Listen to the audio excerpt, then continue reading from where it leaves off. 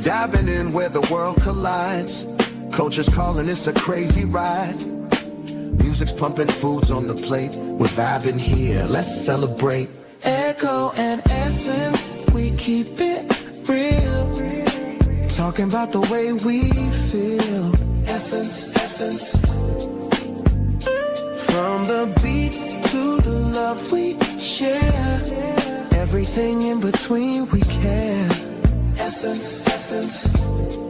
Yeah. Uncle Freezy, vibing all night and all day. Coach Malpica, always something to say. Our main man in the cut, he is Soul Finger. DSJ always showing up as the soulful singer.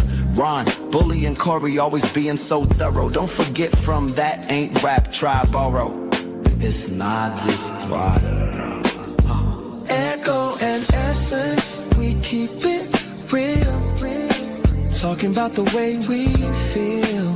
Essence, essence. From the beats to the love we share. Everything in between we care. Essence, essence. It's not just talk, it's how we groove. Life's a rhythm, we all move. Spin the wheel, what's next to see? Culture flowing endlessly. Echo and essence, we keep it real. Talking about the way we feel. Essence, essence. From the beats to the love we share. Everything in between we care. Essence, essence.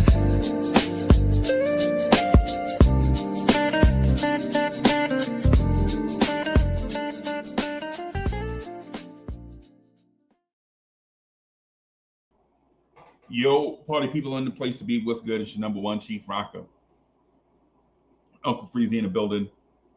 Coming through to holler at y'all, talk to y'all about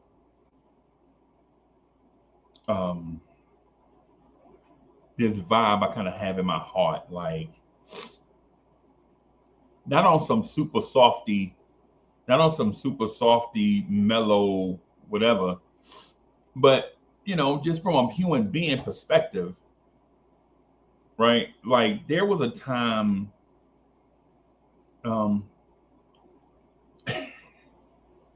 almost started singing that song. There are times when you need someone, I will be by your side.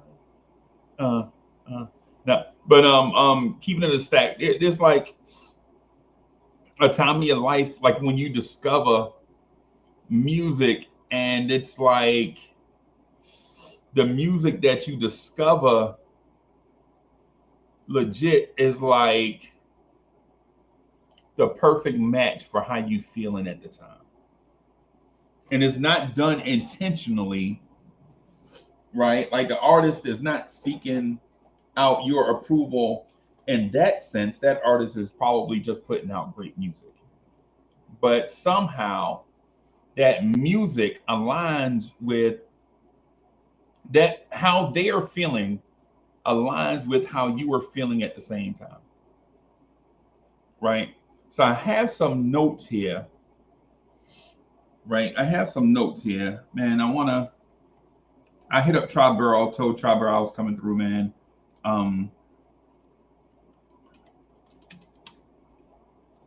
Let me do something real quick.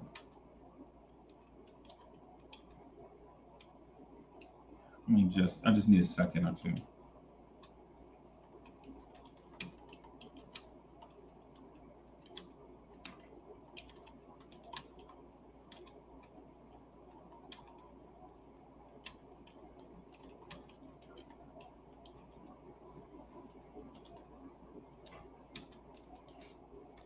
All right, I just wanted to jot down some notes, right?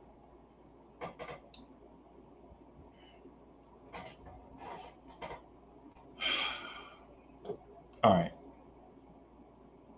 So I just wanted to jot down some notes really quick. So, all right. So I put down like a couple of short sentences And so I'm just going to go through these sentences real quick and then get into why we here. Right. So when you look at R&B in the late 80s, it's kind of like looking at life in your high school years, right? Everybody fit in different categories, like the legends, the innovators, the smooth ones, the cool kids, you know what I'm saying? So you had the legends, people like Luther, Anita, Stephanie Mills, Gladys Knight. They were like the wise seniors, or maybe even that one cool teacher everybody respected. They had already been through it. They knew the game and they carried themselves with confidence. Right? The music was smooth, like Freddie Jackson. Like the music was smooth, like the soundtrack to the prom, slow dances, and late night conversations. And then you got like the innovators, right?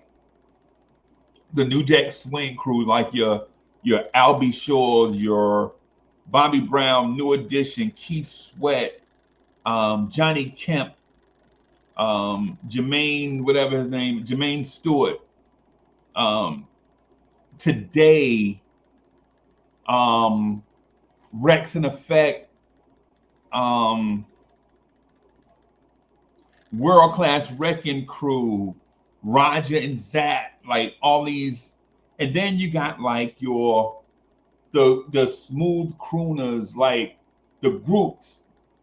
Like we argue over this all the time. Tory B, what's good? And so we argue, or not necessarily argue, but I guess we talk about it all the time about Troop, New Edition, Tony. Who else? In Vogue. Who else? Just group. Then you got like your crossovers, your Whitney Houston, your New Editions, your Janets. And so when I was preparing for the Knicks at Night podcast, I was thinking, should I do a Knicks at Night podcast tonight? Or should I do a Vibes tonight and surprise everybody and do a Knicks morning drive in the morning? I was like, yo, should I do a Knicks morning drive in the morning and give my people like a secret treat, like a surprise treat? Like have the alert hit their phone like 7:30 in the morning, and they be like, oh snap, it's a Knicks morning drive, okay. So I was weighing that, right? I was like, you know what? Tell you what I'll do. I'll do Vibes, rock for a little while, see how it goes, talk about this topic. And then after that, see how much time we have remaining, and then see if we can squeeze in like a Knicks at Night podcast, talk about training camp, and then do a Knicks morning drive in the morning as a treat for the Lawrence Tears Nation, right? So as I thought about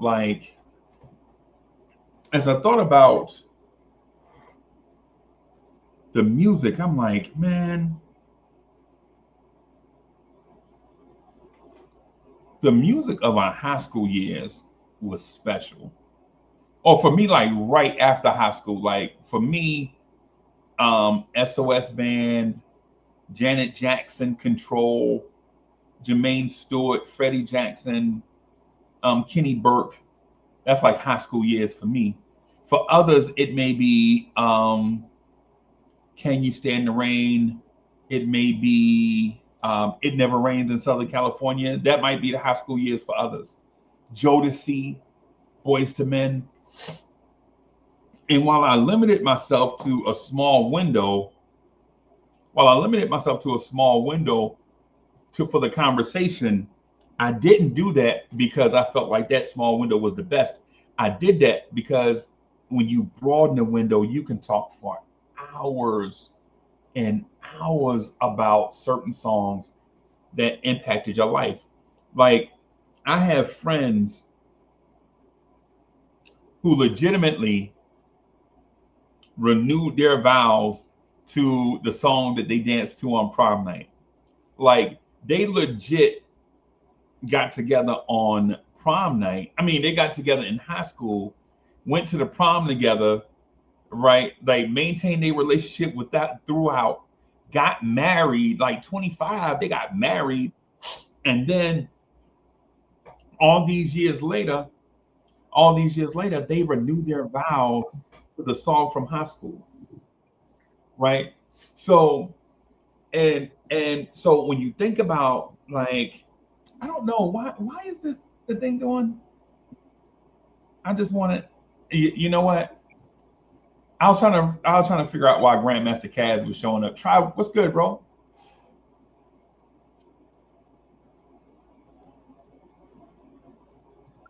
Dope. Oh, there you go. I couldn't hear you for a second, boss. What's good? What's good? Yeah. What's good, Okay. bro? I'm chilling, boss. I'm chilling. Yeah, I was talking about Yeah. how um we will uncover a song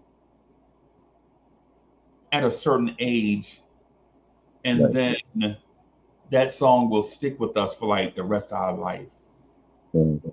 You feel me? Like certain music we listen to, like not just hip hop, because hip hop does that, but we kind of grow along with the hip hop game. But when it comes to Right. R&B, though we discover new R&B, it's like a lot of times we stay in that same R&B pocket. Like Right. you can't tell us nothing about Tevin Campbell, bro. Right. That Tevin Campbell pocket, bro. Like nah, you can't tell us nothing about no Tevin Campbell. You can't tell us nothing about no Jodeci. You can't even say nothing bad about Jodeci around us. Right. You know what I'm saying? They can't say nothing about Boys to Men. You say something bad about Boys to Men, bro, everybody fighting. Mm-hmm. Like we remember Boys to Men from 91ish to like 95, 96. You couldn't Right. say nothing about Boys to Men, bro. No, yeah. Oh, yeah. But I want to talk about though that that pocket of like when I first hit like the real job market, like when I was like in the military. I'm talking about like when In Effect Mode came out, Yeah. right? Like I remember being away and everybody was like, yo, this dude named Albie Shore is burning up the radio up here, son. I'm like, Right. up the radio. Who the hell is Albert Shore? What is that Albert Shore? No, fool, not Albert Shore. Al B. Shore! Exclamation point. I'm like, nah, Mm-hmm. that's strange. And then I remember going in the store and they had the life size cutout of Albie Shore in a denim outfit. And Right. the funny look, yo, hand to the man. Hand to the man. I walked in the store and girls had the Polaroid cameras and they Mm-hmm. were standing next to the Albie Shore poster taking pictures. You remember the squat pose? Mm-hmm. Yeah. Like the ladies loved Albie Shore so much, bro. Yeah. Alicia Lee, what's good? Absolutely. Oh yeah, Lee. Yeah. Shout out to Felicia Lee. Unfortunately for me, it represented the death of Marvin Gaye. I think I was a freshman. I know Mm-hmm. what you're talking about, Lee. I was like a freshman. I was too young. I ain't gonna lie. I was not too young to understand what's going on, but I'm Mm-hmm. saying too young to understand the real impact of it. Right. You know what I'm saying? Because this happened around the same time as Planet Rock was out Mm-hmm. and Message had been on the radio, and it was like Right. the world was hyped about the Olympics coming to LA. This is like right before Yeah. the LA Olympics, so it's like Mm-hmm. all this stuff and all this dope music is out, and then we hear Yeah. about Marvin Gaye, Yeah. and yeah, Mm-hmm. yeah.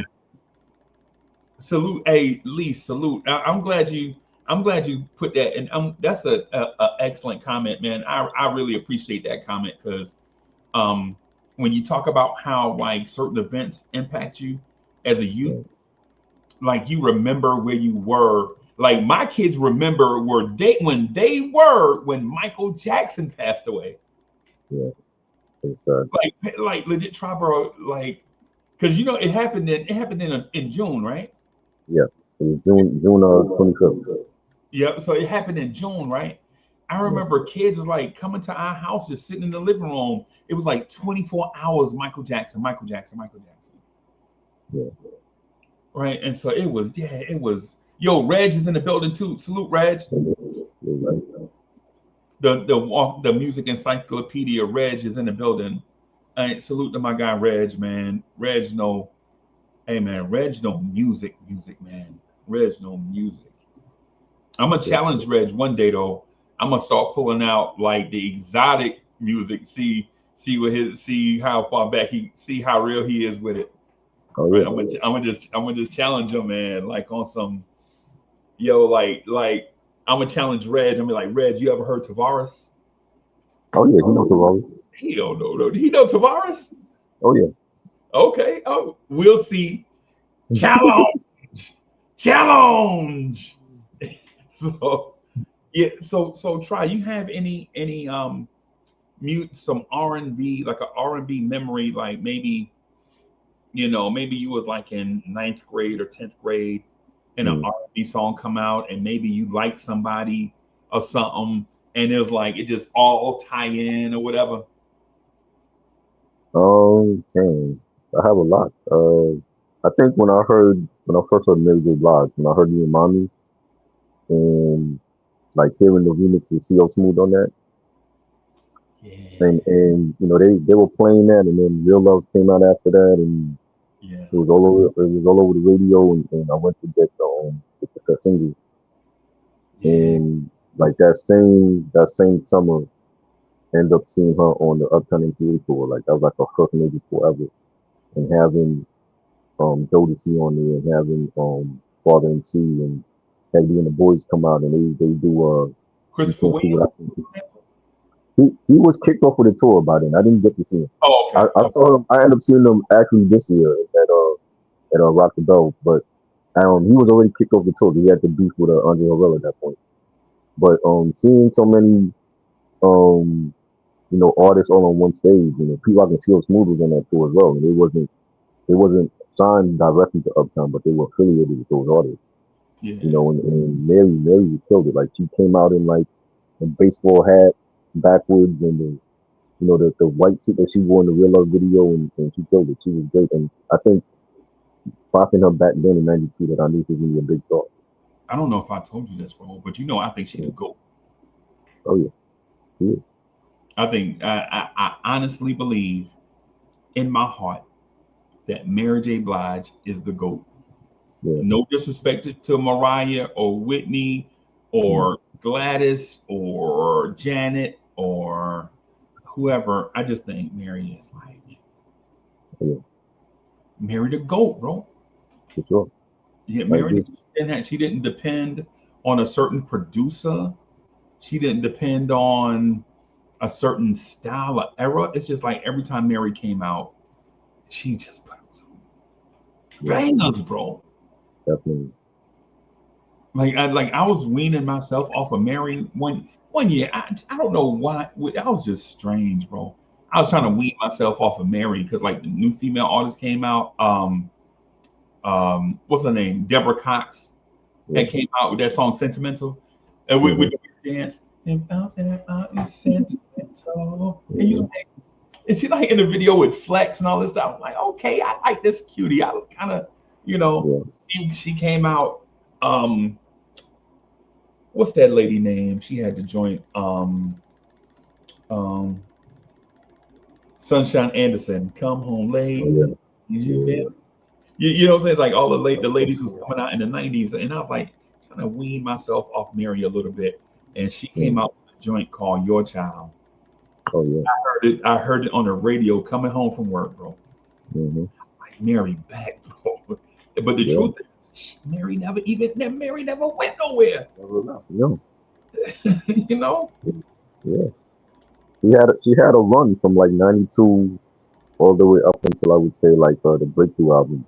That's like what 2007, 2008. That's That came 2000. out, and Yeah. yeah, that's like a long run, and she had many classic albums, and she definitely solidified herself during that time as like the best queen of R&B for me. The two artists with the most music in my phone Mm, are Bob Marley and Mary J. Blige. legend. The group with the most music in my phone, Mm, A Tribe Called Quest.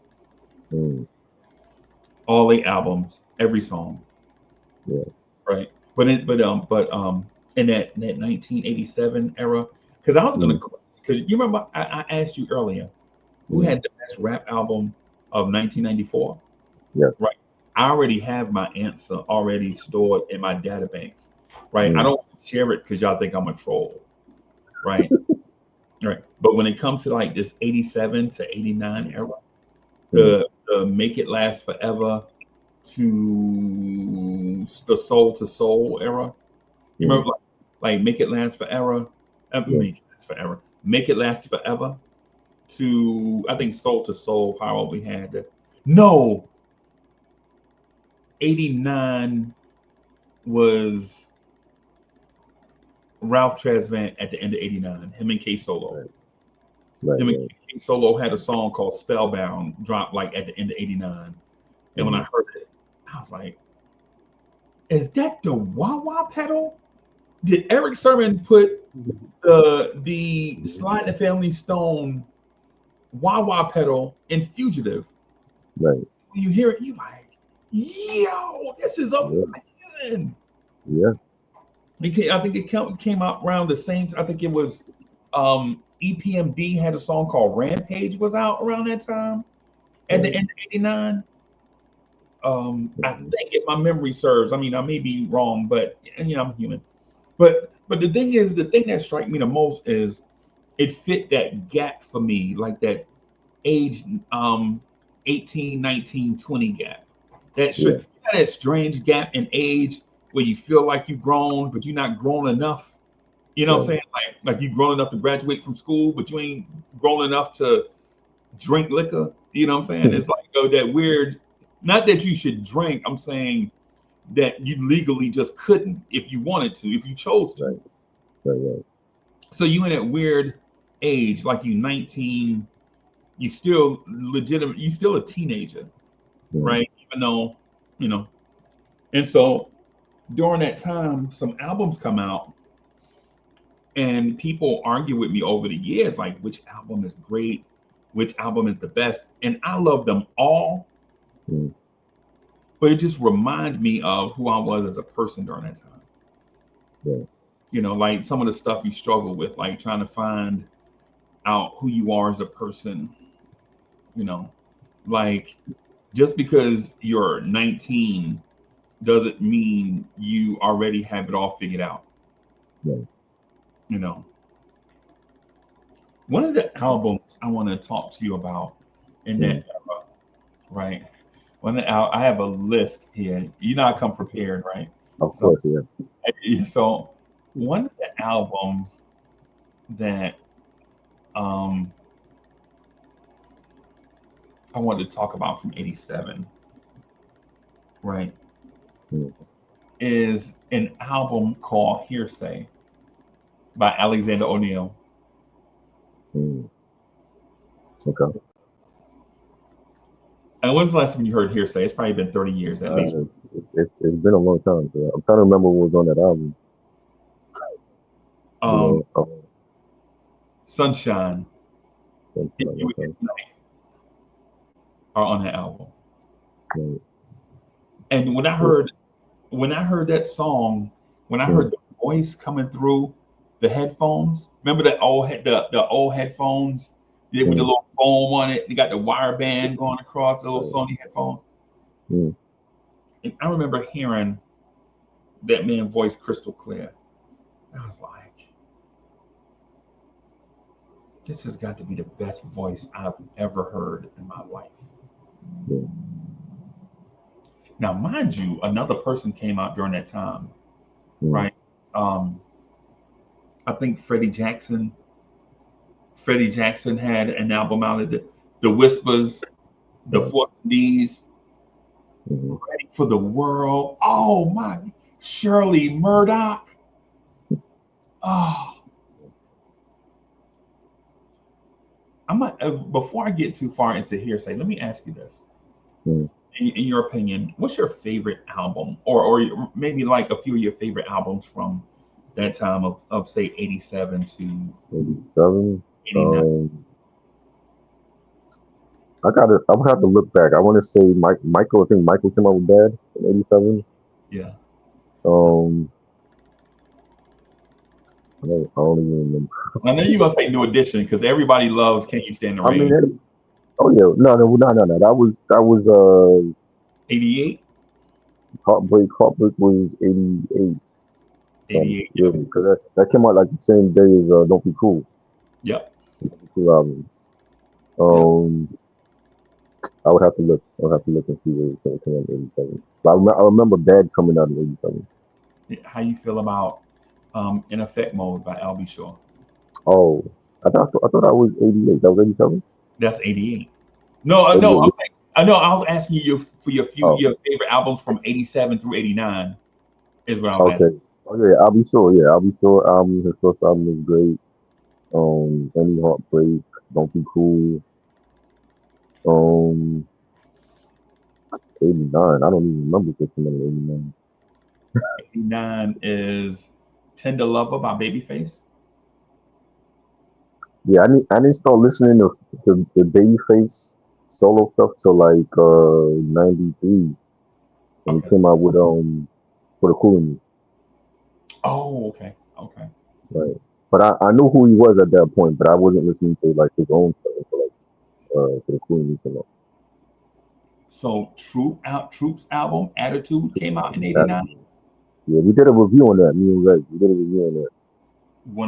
That's one of their best albums, bro. Yeah, that was good. Attitude Guy was released in 89. Uh, right, first one, yeah. Some people have told me that that Guy album is the greatest R&B album of all time. Oh no, that's debatable. I don't. Hey man, hey, I like the album. I'm not going there. I'm just telling you what somebody I told me. would I would say I feel like that's their best album though. I mean, I did like the feature, but I felt like the production and the songs were better on the first Guy album. The what album? The first Guy album in '89, the self titled one. Yeah, yeah, yeah, yeah, yeah. The second one was good. I like the feature, but I felt like the first Guy album was better. I think Teddy gave away too much music, and the second album suffered for that. That could be that too, yeah. That could be that too. Yeah, because if you remember, everybody had a Teddy Riley song around Yeah. that time. Like they were behind the scenes grooming High Five, behind Mm-hmm. the scenes grooming Rex and Effect, behind the scenes grooming the Neptunes, behind the scenes grooming R. Kelly, behind the scenes doing all these different things. I think God Yeah. probably suffered. I mean, they still have some bangers on the second one. Oh yeah, oh yeah, oh yeah, oh yeah. The singles, they picked the right singles. The album cuts were strong. I felt like when I was playing it, like I was playing more of the first album from them than the second one. You know, but Agreed. they have some joints. Dog Me Out with Fire. I Want to Get With You. Teddy Jam too. They have some joints on What Dog Me Out was that it? Dog, it. Yeah, that was on the second one. why you want to dog me out? Yeah, yeah, I felt like, every time I hear Dog Me Out, yeah. I think about I cannot remember the name of the girl group that did a song. They had the same cadence. I think they was either Prince or Rick James. Like, Um, why you Ray want to J. dog me out? Yeah, see, God did. Why you want to dog me out? Why Right. you want to dog me out? And the other group, the girl group, was like, tonight living in a fantasy. Think I'm a nasty. Oh, that's Apollonia 6. Same Yeah. cadence, right? No. Vanity 6. My bad. Vanity 6. Yeah, yeah, yeah, yeah. It had the same cadence, and like when I, I'm like, But you know, whatever. Both songs Right. were dope. Yeah. Yeah, both songs were dope. Yeah. Man, when I think And that, back, oh, I'm sorry, go ahead, bro. yeah, at that time, like what was that, 91? I think that came out, the second one. The 91 is like Dangerous. Michael Jackson comes out with Dangerous. Yeah, You know, Teddy was all over that. He gave like the big hits to Michael on that album. So, yeah, you know, he might have been like, you know, picking and choosing like, well, what goes on the Guy album and what goes on the Dangerous album, and, yeah, you know, for other people. yeah, yeah. Yeah. But yeah, I ain't gonna lie, bro. Like, yeah. Yeah,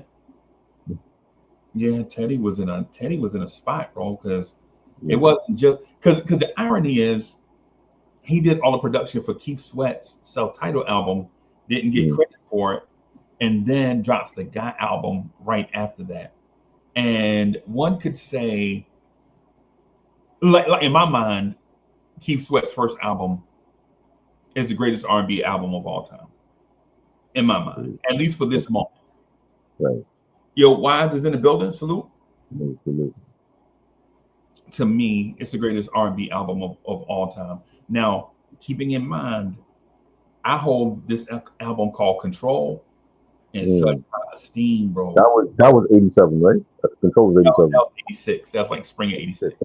Okay. Yeah, that's like spring of 86. I remember during the summer, I didn't catch it Mm. until like going back, like I was like one of them people that didn't think the album was going to be any good because the years before that, all the Jackson girls would release a good song and the Mm. albums would be trash. And Janet was Right. one of them, right? When you talk about Reby Jackson, Mm. um, I don't know what's the other I one. mean, the Reedy song was a hit record that Michael could have kept for himself. I know, but I'm talking about the album, though. Oh, the album. But yeah, I didn't ever heard that. Yeah, that's what I'm saying. I'm not talking about the song. I'm saying just you know what I'm saying. Like they could do good singles, just Right.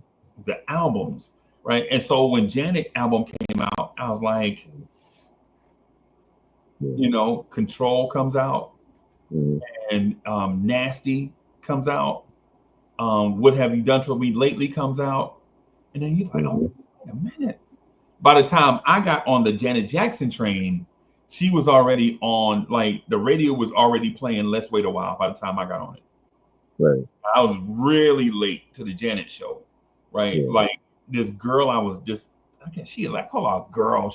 This lady like 57, but this lady I was dating at the time, right? She was like Janet to the max, right? Right. She was everything. She had I'm just call her Cheryl because that's a classic 80s name, right? I'm gonna call her Cheryl, Right. right?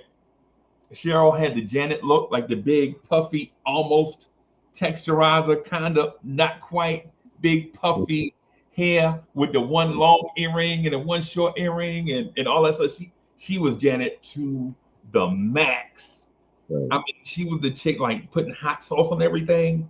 Like, you know what I'm saying? Like that was her to the max. She had she had your man's eating cucumbers. Um, She Cheryl was Erica Badu before Erica Badu was born. Cheryl had your man walking all the way to Journal Square to go get weird. wow. Yo, where we lived at? Like she legit lived on Danforth, bro. And I lived Mm. on Van Nostrand. I would walk from Van Nostrand all the way to Danforth and turn around and walk with her all the way to Journal Square, bro. Right. Like legit, for people that don't know, like Danforth is probably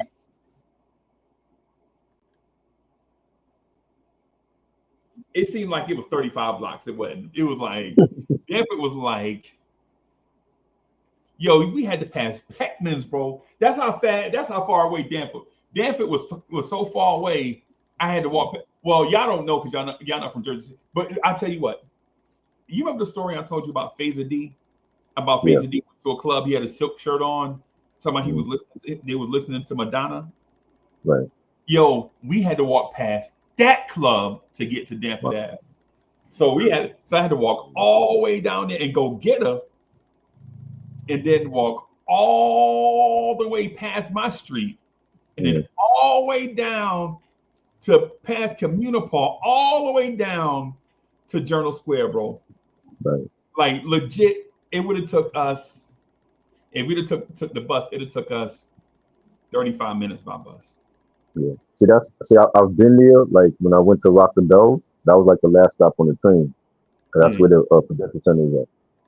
Okay. Yeah. Okay. Yeah. So, I tell you what, Mhm. I tell you, for people that know Brooklyn, it'd have been Mhm. like walking from East New York to East Flatbush. That's what it's Oh yeah, like. it's a walk. So Yeah, walking, bro. that's a long walk. Yeah. Yeah, you walking, bro. Like legit. And ain't nobody bothered me because she was bad, bro. Right. Cheryl was, Cheryl was bad, bro. And like Mm. she used to wear weird sneakers. She like, yeah, she she like wear weird sneakers. She like Mm. back then she used to wear these sneakers called felines. I was like, I ain't put no Oh shit like yeah. on my foot. Felines, put no Yeah. filler. I mean, you don't put filler on my foot? Are you crazy? This was 80, but try this is 86 now. This is Right. not like 96 when we know what fila is, right? Like she used to wear stuff like fila and Etonics. Like Mm. You Etonics, know. like, Yeah. but Uncle Freezy, they're comfortable walking sneakers. Mm. I want to be fly. So yo, this is just to tell you how like men See, and those, women those are back sneakers are in again, like Asics and the Tonics and Sauconys. Yeah, all of those comfortable sneakers are back in style now. Yeah, I know. I'm saying I got New Balance, right? I'm a New Balance Yeah. person right now, Yeah. right? Like I don't even wear Nikes, bro. I wear Eton. I mean Etonic. I wear New Balance, but Right. but she put me on the Control album. She like legit, no lie. She man went to her house. We was just hanging Mm. out. Um, went upstairs, her room in her apartment, man. What do you call a word for the ladies that are earthy? Like they be keeping flowers. They may have like a cat or something. You know what I'm saying? They like in the Erica Badu, and we call Mm. it Badu now, but Right. back then it didn't really have They were like Nubian. You call them like Nubian sisters. Nubian. That's a great word. Yeah, she's Nubian, but I didn't call her that back then because I probably didn't know what that word was in Right. '86. You know what I'm saying? Mm. But went to her crib, man. We listened to the album. You know what I'm saying? I remember her getting up and flipping the album over because she had it Mm. on vinyl, right? Right. Flipping it over, right? And I was like, yo, in my mind, I'm like, what the hell? Mm. What, what, what is this? What is this? Like I'm trying to figure out why I like it, and Mm. but why I couldn't figure. Basically, with the Control album, I couldn't find a reason to hate it. Right. Basically, right? Because I didn't want to. 86, bro. I didn't want to hear Mm. 86. I still wanted to listen to D Train, bro. You know what I'm Yeah. saying? D Train had came Yeah. out like 85. I want to listen to some Kashif. You know Mm. what I'm saying? So, some Kenny Burke, some Lilo Thomas, some Miles Mm. J. My mom was playing all that in the house, so I knew who all those artists was. Yeah, bro. Yeah, man. I wanted to listen but Janet's voice was so soft, so smooth, like on these Jimmy Jam and Terry Lewis beats. We didn't even Mm. know that was like. We didn't know like Jam and Lewis was on the way. All we knew is, SOS Band is pretty good. Mm. Janet Jackson album is pretty good. Oh, New Edition album is fire. Alexander O'Neal. And then we like, yo, you heard that joint Sunday, Monday, Tuesday, Wednesday, Mm. Thursday, Friday, Saturday, and you like, and Yeah. like you hearing all these songs, you have no idea it's coming from one production team. Right. right? Just no idea, right? Um, but the Janet album, she put me on the Janet album, and to this day, like everything Janet dropped, I'm buying it. Well, no, up to what year did Super Thug come out? The Super Thug album come out. I think The Nori, 98. I think Janet had an album called The Velvet Rope Yeah, come out around the that same was time. good. I like that one. I didn't buy it. You like it? No, no, I'm not saying I Oh, didn't like it.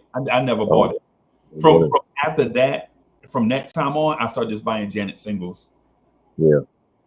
Yeah, so I liked the All For You album. That was to me that was like her last good album. But she that had was like some. That was the I think 2000 that was that came out 2001. all for you. Yeah, the sample of Luther Vandross song. Um, that was a solid album. And then like the other stuff after, like the Discipline album and 20 YO, I didn't really care for. I bet you Janet Jackson somewhere is somewhere telling the Uncle Freezy story. I bet you Janet Jackson somewhere like, man, and R. Kelly was on stage and it was raining and people started fighting. And then I saw this giant man with hearts in his eyes. Fritz, Yeah. somewhere Janet Jackson is telling a Uncle Freezy story. Somewhere Patra is telling the Uncle Freezy story. I just come off stage performing, and all I wanted to do was just have a drink, and this man, Yeah. yo. But yeah, man, that 87, 88, 89 time, I think it impacted my life in a way too, because at the same time as I was like going to these foreign places around the world. I was a Mm, veteran, a young guy. You know what I'm saying? Like going to like places like I never even heard of, like Honduras mm, and all these different places, like to do stuff like the stuff that you only saw in movies. I was actually living that stuff. And then, but you 19, so you can't process it like, you know, right. because, because when I look at it now as somebody in their 50s, as somebody in their 50s, if people ask me to do that stuff now, I'd be like, no, I'm not doing that. I don't care how mad you get. But at 19, you know, you Yeah. get paid, you get to see beautiful women, man, you Hmm. get to travel the world, you get to test yourself. Right. Like you're in, say you're in the Philippines and you see all these beautiful women and stuff, you get this, and they running up to you, you kind of like a rock star a little bit Mm, because you and Uncle Sam, you know what I'm right. saying? They trying to, or are you in places like Colombia? You ever been to Colombia? No, not yet. Not yet. Like bro, you in places like Colombia and all these beautiful women, Mm, and you get to take your pick of the most beautiful, you know what I'm saying? Like all the ladies is beautiful. And then you get to right. take your pick. You like, I'm gonna holler at this one, right? Like, you know what I'm saying? So I'm going through that stage in my life of that. Um, and then just like the music that go with it, like Albie Shore's album, In Effect Mode, um, the Keith Sweat song, the first Keith Sweat song I ever heard on the radio. I wanna. Um, is that it, girl? I've been thinking about you all day long.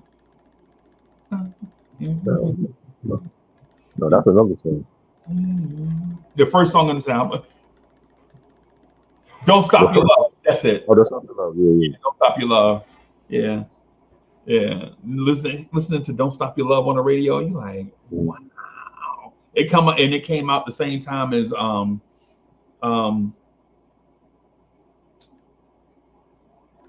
the Roger Troutman song, which one? "I Want to Be Your Man." Ah, Oh, yeah, that joint. yeah, Classic joint. yeah. Yeah, it's come out at the same time. I'm like, oh man, Mm, music is perfect. And World Class Wrecking Crew was out before you turn off the yeah, lights. Before you yeah. turn off the lights. think I have that one. That's the one with the great album cover. Yeah, Yeah, I got that one. Yeah. yeah, yeah. And so while I'm hesitant to say it's the best era of music that I've ever experienced. What I will say Mm, is that when you're trying to find out who you are as a person, and like fashion is on point, mm, right? Like we're out of the Latigra era. Like I'm not wearing like Latigra stuff anymore, not as much. Not mm, Bugle Boy stuff. I'm stepping up into like mature brands like mm, Ralph Lauren, like Polo, like into that new sophisticated tennis gear, sailing. right. I think Fritz said it best when Fritz said, and when people were wearing the sailing clothes, Yeah. like Fritz, salute to Fritz. Fritz is in the chat, man. Fritz said I forget what type of, but the style is like Mm, um country club clothes, like right. Grandpa used to wear, like sweater vests Mm. and not Poindexter, not The like boys and preppy when look. The preppy look. not preppy look, No. not preppy look. The um like you start wearing the Bill Blast low cut sneakers. You start Mm, wearing like the Diodoras, the right. Diodora tennis sneakers. You remember Lottos? I remember a lot of it. You start wearing like the Lottos and things like that. Like kind of getting out of like your hood clothes and putting Right. on, you know, Right. I mean, there was a time like when Miami Vice was on the air that the style of dresses like we were dressing like Sonny and Ricardo from the show. So they were in Miami. Sonny had like the white beaters and the blazers and yeah, the shoes and no socks. Like that was a style for us. that was a yeah. Yeah, I the try to Playboy. keep that. I I had the try to Playboy slip on. Remember when Playboy had their own clothing? The Playboy yeah, slip ons. I had those. yeah, Where that was crazy. yeah. I Yeah. man, I used to rock Playboys, bro. Hmm. I had like the dark charcoal gray ones with the white Playboy on it. I Yeah. had, bro, I had the white Playboy shoe, right, with the red Playboy bunny on it, with the red Hmm. little eyelets on it, and everybody like, yo, where you found them from, son? Hey man, hey, watch out, hey, watch yourself, Hmm. watch yourself, relax. You know what I'm saying? Relax. Everybody can't dress like, you know what I'm saying? Like, cause I found them in my size. Hmm. It was on top of the pile. It's like people was passing them up, like trying to Yeah. get the black ones with the white. You know how everybody used to like to rock the black Playboys with the white bunny on the side or whatever. Yeah. It's Yeah. like moving these white shoes out the way. I grab it. I'm like, man, size 12. Okay. You know what I'm saying? I remember rocking them like the last few weeks of high school. I'm rocking them the last few weeks I'm in high school, bro. Hmm. It's like mad jealous, bro. Like mad jealous.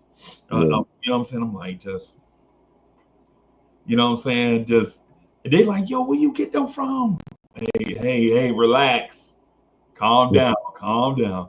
Like, you remember how Clark Kent used to say that about when people used to see his sneakers?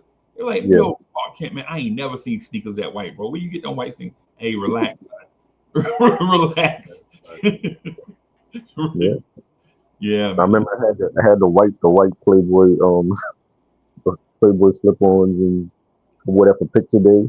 Yeah. You know what I'm saying? Yo, Yeah, that shit was crazy. And I remember I took that to fresh, bro. my first time going to Miami, going to like Epcot Center, and I Yeah, took those slip ons with me out in Miami. And I gotta find those pictures. bro. You couldn't tell your man's that he wasn't super fresh, bro. Crazy, man. Couldn't tell. And I was skinny back then too, which was, Mm, I wish I was. I always, when I was skinny, I used to always tell myself, man, I'm gonna get big. I'm gonna be the biggest man on the planet. And I don't know why I talked myself, because I was so thin, bro. Like even right. back, you know how thin everybody was back then. I Yeah. was ultra thinner than them. Hmm. I was like Fritz. I was. If y'all ever saw that movie Thinner, Yeah. I saw that. and when he hit the gypsy, killed the gypsy thing, He and put a they, curse on him. yeah, they kept calling him white man from town. Yeah, Right. I was skinnier than that, bro. Yeah. But I mean that time that was like the Jane Fonda when she used to come out with like the workout tapes and all that, and people was into like aerobics and everybody was trying to like be fit and be thin. Yeah, yeah, yeah. I was so thin, bro. And I used to always want to put on muscle, man. I was like, yo, when I get, man, I'm gonna Mm, just put on muscle. One day I'm gonna just hit the weight room and I'm gonna just be huge. mm, I did it for a mhm. while, for like a 7, 8, probably a 10-year stretch. Wow, I used to walk around looking like Dave Bautista for like a 10-year stretch. You know what wow, I'm saying? But you, bro, it's impossible for you to maintain, yeah, bro. From about yeah, age 28 to about age 38, I probably looked like had a mhm. build like Batista. I was probably bigger than Batista Wow, because Batista said at his biggest he was um six. I think Batista said he was 6'4", 300, yeah, and so I was probably like 6'5", 310 yeah. ish. I mean, yeah, and you could tell like when he first got into wrestling, like he was huge, and then like gradually he started to lose the weight. Like now he looks totally different now. Now he looked totally different, Yeah. bro. You know, I mean, and me too. I look Oh, totally different than I look at age right, 30. Like at right, age 30, I probably look like LeBron. No, not like LeBron. I won't say that thin looking like LeBron. I probably look more like um I probably look like OG Ananobi, probably like that side, you know. right. But um so what's your um historic takeaway from music from your high school years? Was it you Oh man, did you consider it like puppy love years now that you older and reflect on it? Or do you really I feel like mean, back then you was like in your moment? it was the best time. I mean, the best time for everything that was coming out. The music was great. The movies was great.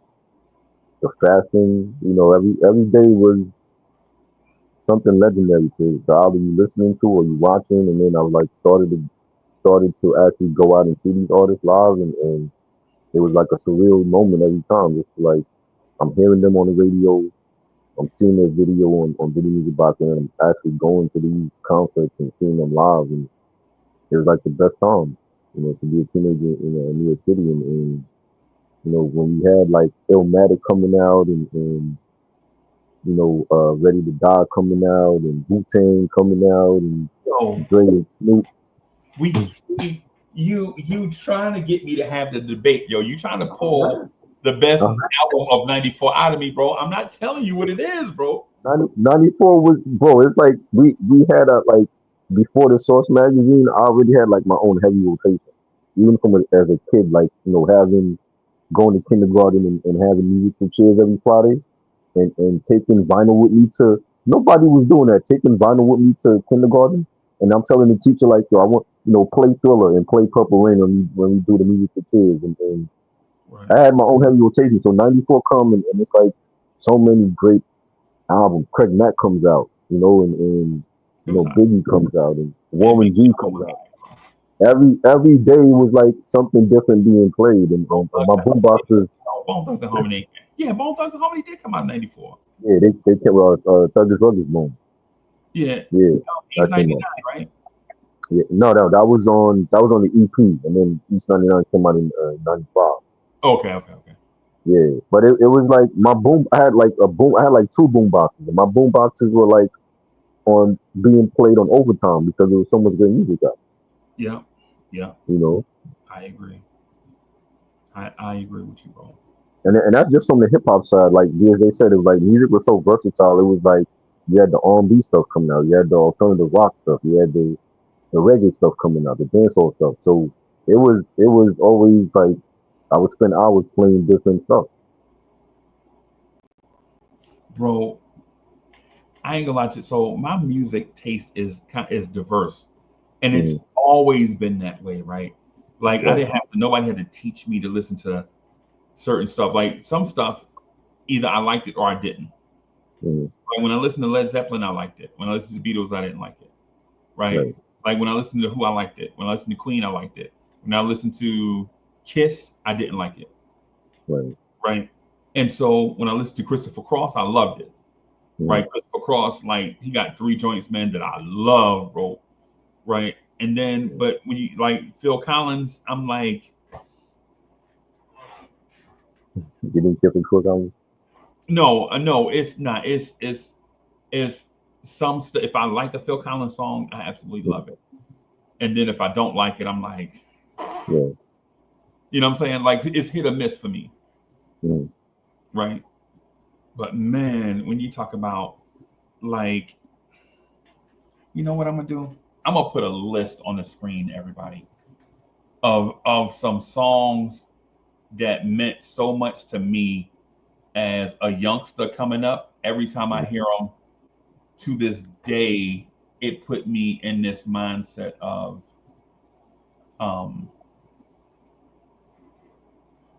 it just put me in a mindset like I don't know what I would have done if I hadn't heard that song.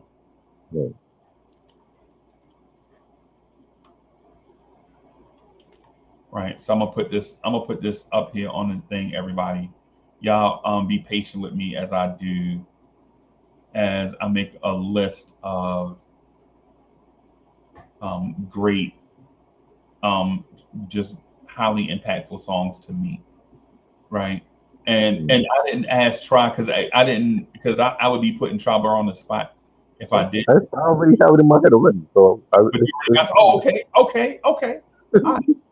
I'm not gonna put Try Bar on the spot. Tell you what I'm gonna do. I'm gonna put this on the screen, and if he wants to add a song that means a ton to him, I'll go ahead and do. If y'all can see that, I'm gonna bring DSJ up also. DSJ, what's good, bro? I'm only here so I don't get fined.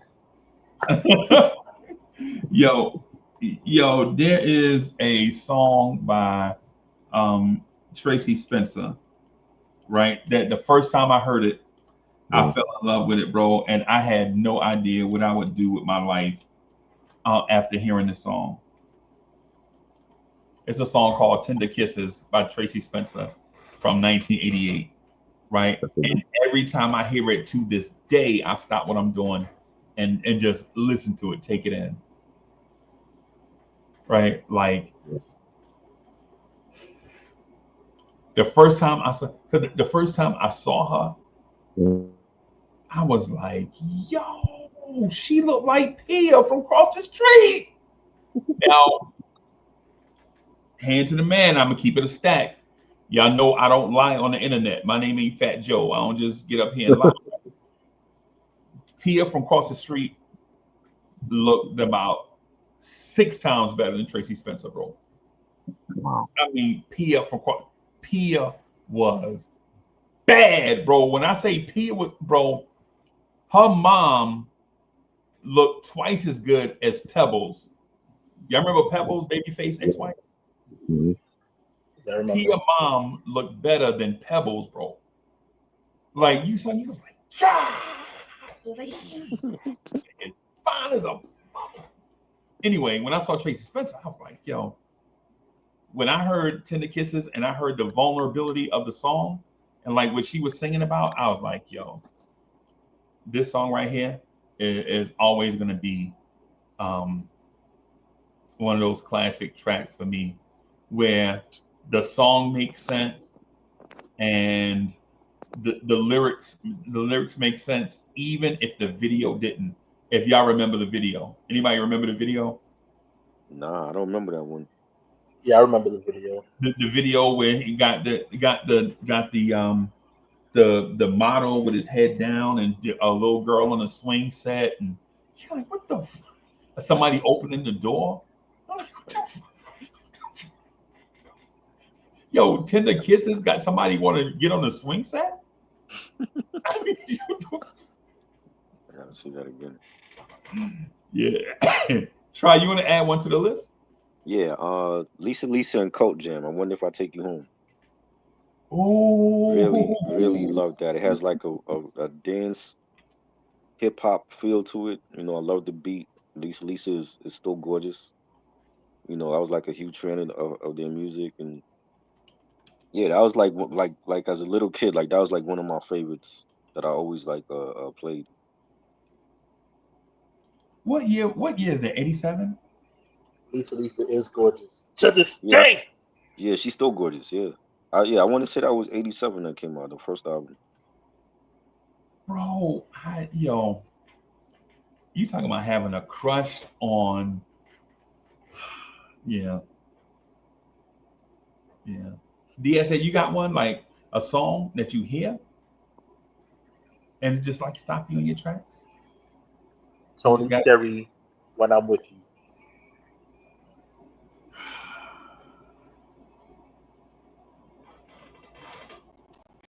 For all the hopeless romantics in out there.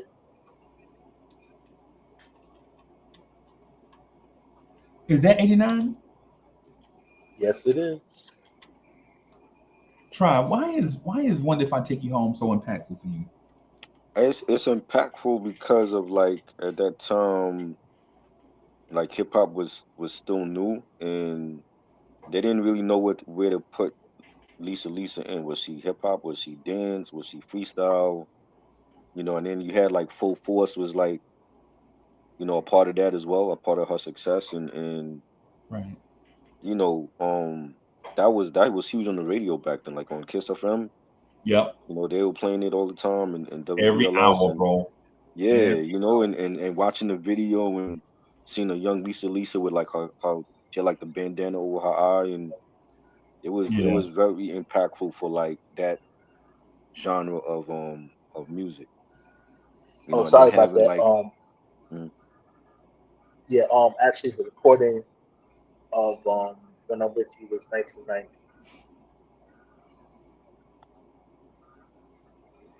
Bro, I can't believe this list already. Tony T- Tony Terry, that was a sleeper, bro. mm, That was a sleeper. I ain't gonna lie, bro. right, I don't know how many other songs impact me. Like I'm gonna put an obvious one up here. I'll put an obvious one up here, and and I'm not gonna say everybody should have felt this way, but when I heard it, I was like, yo, you know what? yeah, that's like their signature song now, Yeah, man. you know, that whole album like Jimmy Jam and Terry Lewis like made them took them from being a boy band into like a Took man them from of being R&B. trash to respectable, bro. Nah, I don't say that about no. I don't feel like they were ever trash. That's my favorite group all time because like I wasn't around for the Temptations and the Four Tops, and New Edition carried their self as those groups from See, bro, The why we Motown era. You know what I'm like saying? why Like they could dress hip hop, and then they could when it was time for them to perform, they all wearing the same suits, and they all had the dance moves, and you had your leader, and you had, you know, your Ricky Bell and your Bobby Brown, and then you had like the background, which would end up being Belle Biv DeVoe, but Live Devon? they were great. You know what I'm saying? They It was just I felt alright. like that album made them into that turned them into men. Like they were Yeah, that doing album Cool It was Now and Candy Girl and Popcorn Love, and then when you hear Can You Stand the Rain and you hear If It Isn't Love, that was like their introduction into being into manhood with that album. they alright. DSJ, would you Who was ever a say better group they and alright? who was a better group during that time in the '80s than New Edition? It was clearly them. That was a crooner's era, bro. Yeah. That was a good. I tell you what. I tell you what. If if the groups of the '90s would have came out at the same time of New Edition, we wouldn't be having this conversation, Well, bro. they would have had stiffer competition, but I still feel like they would have been at the top for what they do. Even in the '90s when they come out with Home Again was one of the best albums. to me, Home Again is their best album. To me, That was a great album. I love it. I still feel like Any Heartbreak is their signature album. it's their But signature album. I don't yeah, think it's I mean, to me, they have more than one classic. But yeah. the definitive moment for them was when Any Heartbreak comes out. When they added Johnny Gill, yep, Yes. yep, yep, yep. No, I don't I don't dispute that, bro. I'm with you. I think overall, the Home Again album is better, Hmm. because, and not better because it had more hits on it. It's better because it featured more singing, more diverse singing from more individual people. Like when you see Ron get his own parts, Hmm. when you see Rick get his own song, Hmm. you like when you hear Still in Love, you Right. like, yo, yeah, why weren't y'all doing this? Hmm. But they was doing it, but they wasn't doing it often. Like they had songs on their early albums where you know, Biv and Ron were rapping, and then they would have songs where Bell would have his little, like "Is This the End?" That's Ralph and Ricky. That was a Yeah, classic ballad, and that's from the first album. But yeah. they didn't do it consistently until bringing in Johnny and then bringing back Bobby. They That had Bobby, they had to switch things up vocally. yeah, because Bobby's voice was gone. Right, but exactly. That's by the another time thing. the Home His Again voice album was came losing. out, Yeah. yeah, yeah. So yeah, man. No lie, hand to the man. If we just keep it in the stack, um, I do have a dislike for New Edition that has nothing to do with music. It's just I feel like they lazy, right? Like, and I know they be out on the road touring, trying to Hmm. make up for all the money that they missed when they were Right. young, right? I know that's what they're doing now. That's Hmm. what because studio albums don't sell like Right. studio albums used to sell back in the day. So why Right. make a studio album when you can get out and go tour and Hmm. make more money now than you could have ever made, right? Yeah. So I understand the business part of it, Hmm. right? The legacy part of it is you've gone now, like Hmm. next year, bro, will legit be like It'd 14 be like years since they made an album, right. right? Because remember they made an album in, so wait a minute, Bad so they Boy. made They had it, the Bad Boy album. the Bad Boy album was 2004, Right. right? So right now it's 21 years since they made an album. Yeah. You know what I'm saying? Like in Hmm. 2026, it'll be 30 years since they last great album. Right. But I saw a interview a couple years ago with Ralph, and he was talking about like they're under new management now. Like the new management or the reason why they were able to do the Vegas stint and then do the other tours and to get a licensing so that they can do merch because they never had merch before. You know what Yeah, I'm saying? And they can license their songs and stuff for like movies and television and stuff. They never did all that before. right, So now it's like they're like reaping the rewards of something that that should have happened like 40 years ago for them. right, right. I feel you. They had a song though Hmm. that came out by Johnny Gill. It was a Johnny Gill song, and then they changed it to a New Edition song. Right. This one's for me and you. Yes, I remember that. Yeah. Yeah, so that was a Johnny Gill song when it came out. It was Johnny Gill featuring Johnny Gill featuring New Ralph Edition. Tresvant and New Edition, Yeah. right? Like, what is it? Hmm. Johnny Gill and Ralph Gill. I mean Ralph Gill, Johnny Gill featuring Ralph Tresvant and New Edition. I'm like, Yeah. I don't get it. And then now when you search for that song, it just says New Edition on it, Hmm. right? So I Right. know that they did music or whatever, right? My thing with them it has always been they sloppy with they business, Right. And but they know that. I think it took them like so long now to like actually get it right because they see like a lot of the other old school groups from like the 80s and 90s are like touring and they have merchandise and I felt like it took them a while to get on board because I mean they got robbed by Maurice Starr.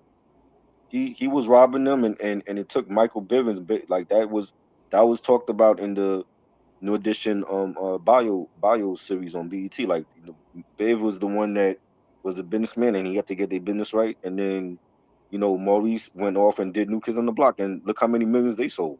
They had a Saturday morning cartoon. I They would had say, licensing for their songs being played in commercials and movies, and they're still touring. They're doing cruises and all that. Why can't that be New Edition? And it took them so long for them to get their business right that now we're actually able to see them reap the rewards of that. And but they, for a while they business was messed up. I would say if it wasn't for Maurice Starr, that we probably never would even heard of New Edition. Right now, does that make it right? No, it don't make it right what that man did to them. Right. Mm-hmm. At the same time, though, it wasn't just Maurice Starr taking advantage of them, bro. It was everybody taking advantage of them Right, kids. right. Right? Like But everybody but I was mean, taking. I only say Maurice because I was like their manager. That's why he's like, people gonna look at him first. Yeah. Like I'm looking at Brooke Payne, Mm-hmm. Brooke, how you let this stuff happen? Right. Right now, and not saying, and now mind you, if it wasn't for Brooke Payne in the beginning, Mm-hmm. a lot of the success they had, they wouldn't have had none of that success. Right. Like if I'm New Edition, I'm like, hey, he the seventh member, Right. right? Where we cutting this thing 7 ways because of Brooke Payne. Because if it wasn't Mm-hmm. for him, like, and remember in the movie where he was driving them Yeah. back and forth from Boston to Mm-hmm. New York just to do shows, making Right. sure they did their homework while their mamas was home in the projects, Mm-hmm. bro. Yeah, man. And being that's Ronnie's uncle, he could have just looked out for his nephew and that's it. But he looked out for everybody. But he looked out for them boys, bro. Yeah. Yeah, man. That's why when people mention New Edition to me, I'm like, they all right, bro. Oh man, Like that's legit to me, mm, creatively. Now I'm not talking about singing wise, right. right? Because if the two groups merged, then Raphael Sadiq may never sing because I don't think he better than Johnny, Ricky, or Ralph. Right. Maybe better than He's better than I Ruff don't. now. Yeah. Yeah. But when it comes to like creativity, bro, Mm-hmm. hey man, Oakland, California is where it's at, bro. That's all I'm Oh gonna yeah. say. They're definitely You talking about got Foster the McElroy? yeah. You talking about In Vogue? Mm-hmm. You talking about Tony? I mean, Mm-hmm. bro, yeah. I mean, like when I first heard Halo Walter, I'm like, nah, this can't be they lead single, bro. Because Right. because Halo Walter sound. You remember that group Damien Dame? Yes. That's what they sounded like on that song, bro. I was like, this shit ain't gonna last. Like this ain't gonna last. It was okay when I remember I was in elementary school when that came out. It was okay. I didn't really I wasn't a fan of their first album. They when Revival came out and they came out with Feels Good Yeah. and It Never Rains in Southern California. That's when I became like a real fan of theirs. The second album. Yeah. Yeah. Um the second album had It Never Rains in Southern Cal and Yeah. Whatever You Want on it. Yes. Yeah. Um and it had more songs than that, Hmm. um but to me, Yeah. That's their Sons of best album. Soul is a classic Yeah. R&B album, bro, from beginning Definitely. to end. By the time you get to Anniversary, you already got Hmm. before you get to Anniversary, you already got your money's worth, Definitely. right? When Yeah. by the time you get to Lay Your Head on My Pillow, Hmm. If I Had No Loot, My Ex-Girlfriend's a Hoe, and Right. all them songs, bro, Slow Wine, all that, you already Hmm. got your money's worth. Yeah. And then you get Anniversary and Castiliers, Yep. yeah, man. That was the perfect way to end that album off. Yep, yep, yep, Yeah. yep, yep. Yeah, man. Yeah, man. I ain't gonna lie, bro. Hmm, bro. I ain't gonna hold you, bro. When it comes to Tony, man. Hmm.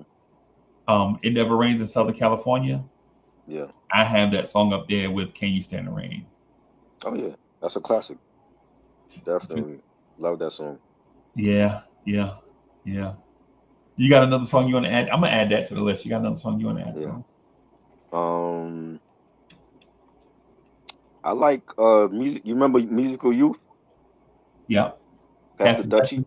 Yeah. Yes, that was my joint, man. Like seeing them, that was like reggae on a pop mainstream scale, and seeing a video. I think they did the video in London or whatever, and that was my joint, man. I remember getting that on a vinyl back then with the green cover and just a bunch of like British kids and they doing Jamaican music and it just sounded fire. Yeah. Yeah. Yeah.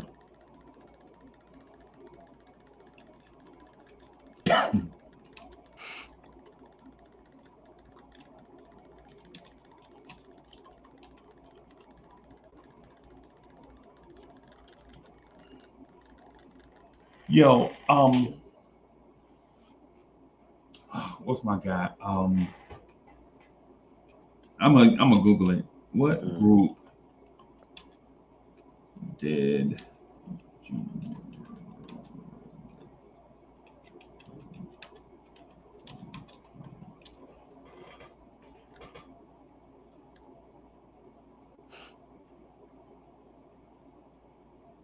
Nah, get out of here. This can't be right. That's the Okay, I got it. Now I gotta Google it. Okay. All right, now I gotta.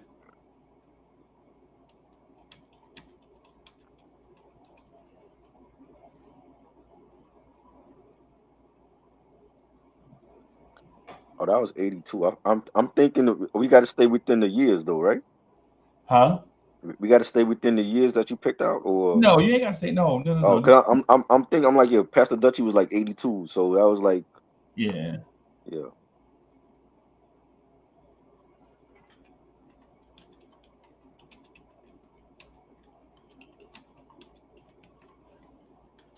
I got it. I'm Googling this. Okay. Oh, I got two people mixed up. Oh, I got Junior Liscombe from Loose Ends okay, confused with Junior Giscombe from Mama Used to Say. man. When I heard Mama Used to Say, I used to, man, I love that. I still love that song now. Yeah. Yeah, man. Yeah, man. I'm thinking about like, you know what? Let me do this.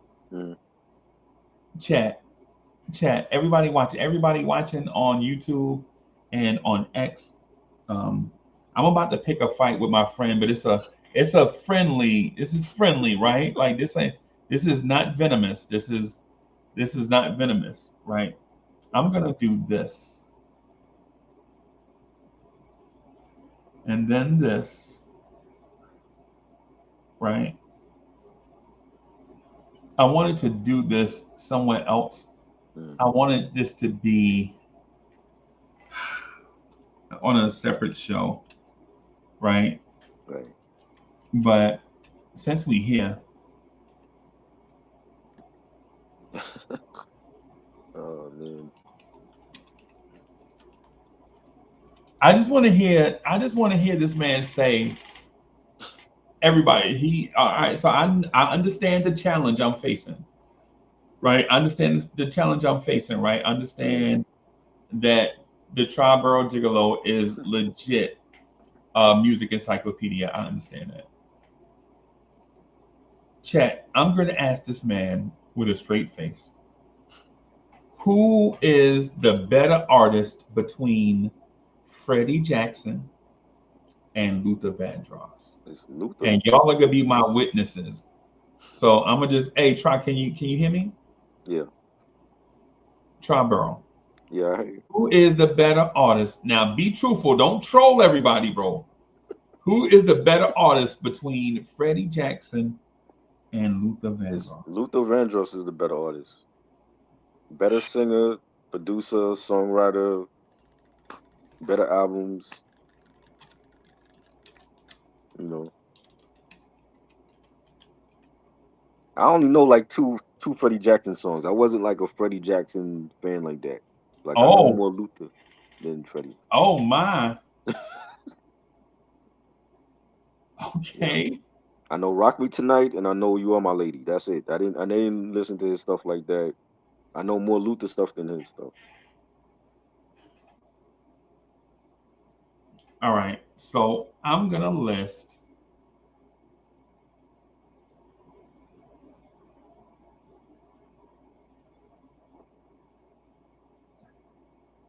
I'm gonna list. Let me see. All of Freddie Jackson's #1 songs along with the year. And this is unbiased. This is data, right? This is facts. I'm listing, right? These are facts. This is not something that I just made up, right? I just found this stuff and I'm just gonna list it here, right? So people can, for those that are Luther fans, these are the songs that were #1 in the country, right? These are songs that were #1 in the country, and these songs are by Freddie Jackson. And when I say #1 in the country, I mean #1 on all charts, Okay. right? And my hand getting tired, man. Finding getting all these Freddie Jackson songs up there. Freddie, Freddie Jackson and all these #1 songs, man. Golly, Freddie, it's more. Golly.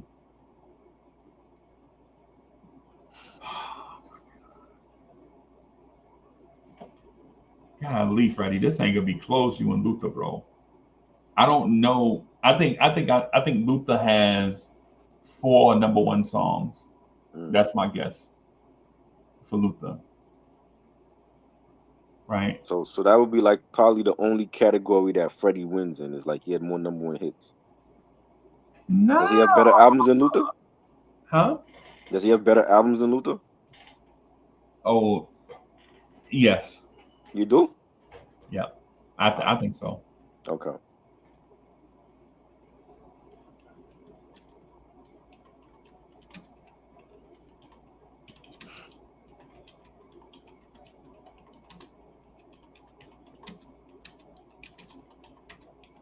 I think Luther only has 4, and it might surprise me. There'll probably be some songs I forgot about.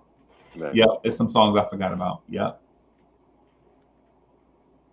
Yeah. Oh, I didn't know that song was #1.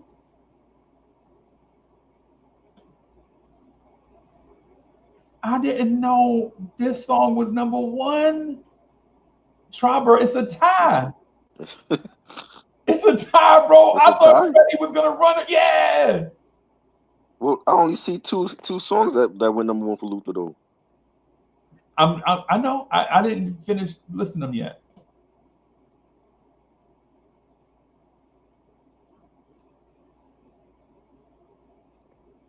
I didn't know this.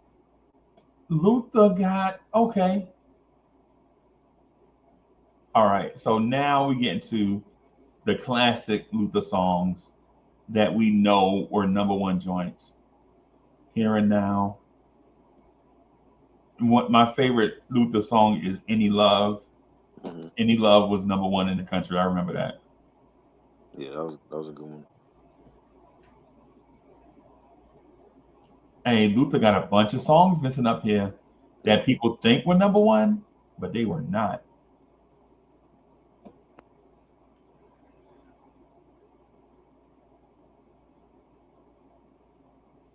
Ooh. I might have to back off of this, bro, and do some more research, bro.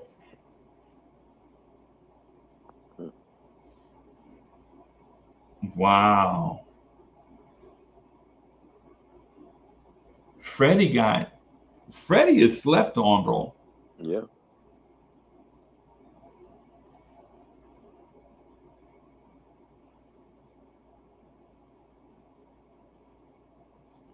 Oh, wait a minute. It says Dance with My Father. Let me see. On the Billboard, how one his highest peaked was Dance with My Father in 2003, which reached top 40, but not #1. His dominance was really on the R&B charts where he was consistently #1. Okay. All right. Let me do this. I'm gonna get a list and compare Luther Vandross's Vandross and Freddie Jackson's greatest and most popular songs. So I'm gonna do a side-by-side comparison. Oh wow, Luther Godley.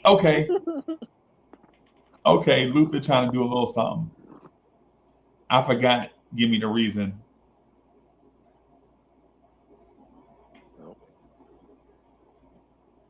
Yeah, I remember Nice and Slow. Yeah. Freddie. Okay. So Freddie has the more sustained commercial number one success. Mm. Luther's number ones were skyrockets, like out of here. Like if Luther got a number one, it was like number one in the universe. Right. Like Dance with My Father and those type of songs, basically based on what ChatGPT is telling me. Right. Right. But Do Me Again, I remember that. Nice and Slow, I remember that. Mm. Yeah, man. Try. You ready to have the debate, or are you on? You need to get some help. I only know I'm gonna be Luther biased because I listen more to Luther than Freddie, so I only know the Luther stuff.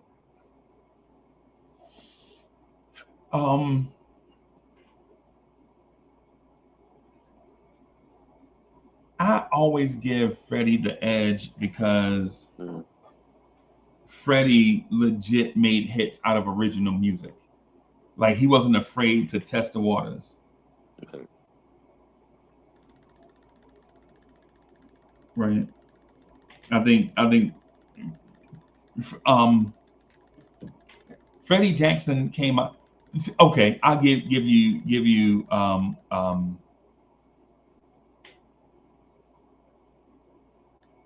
what's the word I'm looking for?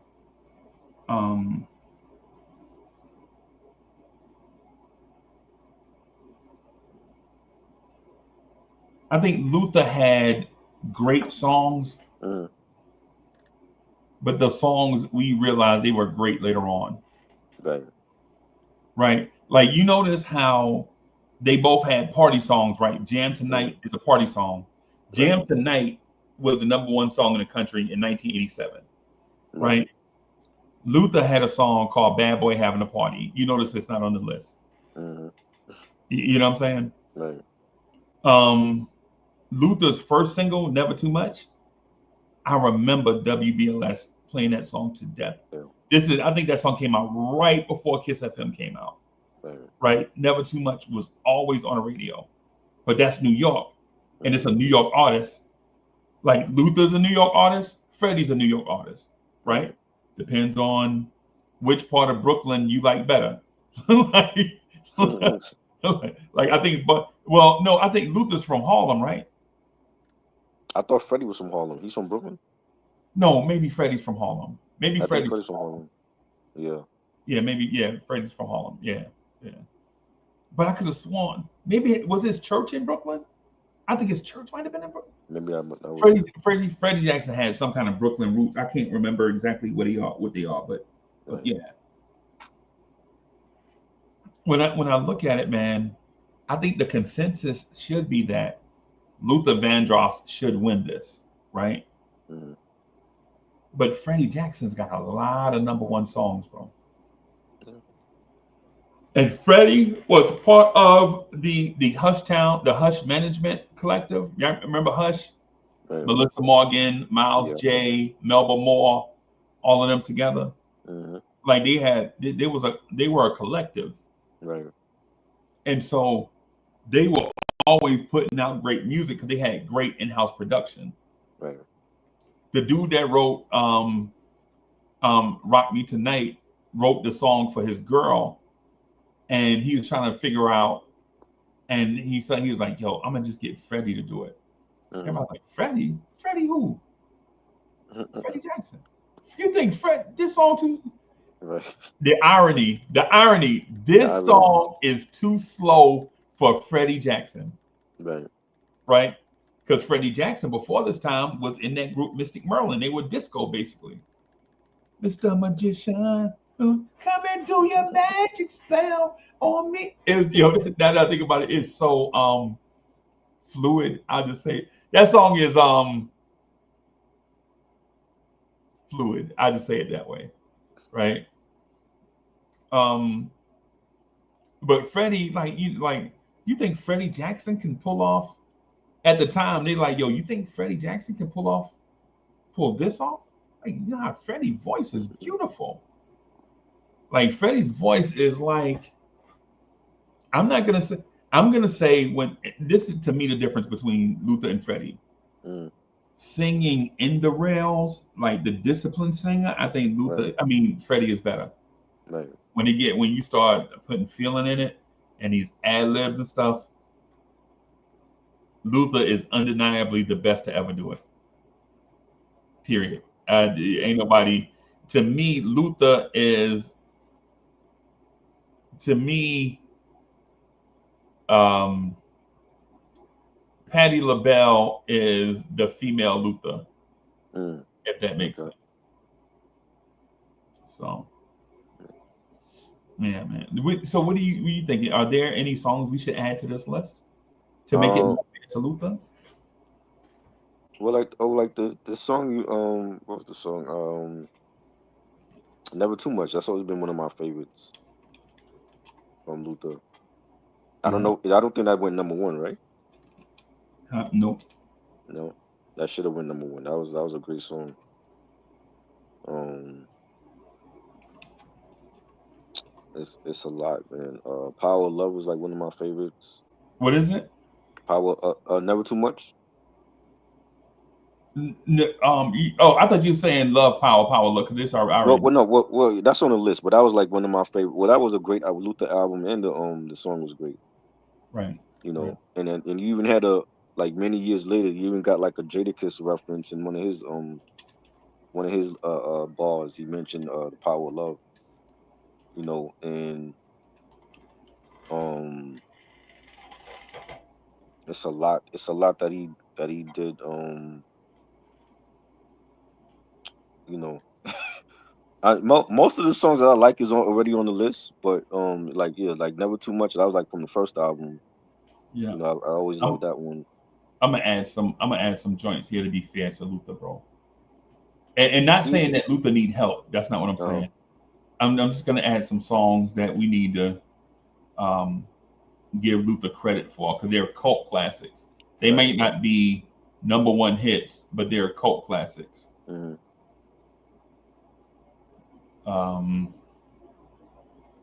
Stop to Love. Oh, Stop to Love was that joint, bro. Yeah.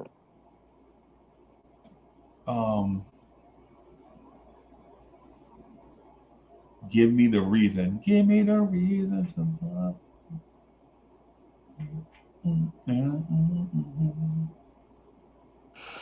Luther did have some duds though.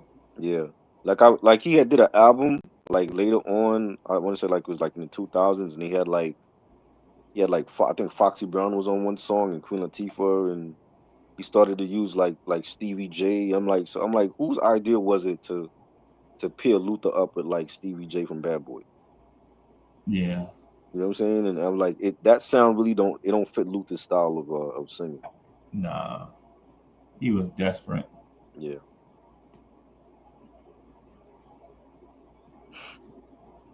See Little Miracles, Always and Forever, Endless Love. Endless Love is great. Yeah, the best things that happen are. I'll put that up here. Oh, that's the one with Janet. With And Janet. BBD was on there too. Yeah. Yeah, that's another one that I enjoyed also. I forgot about that song.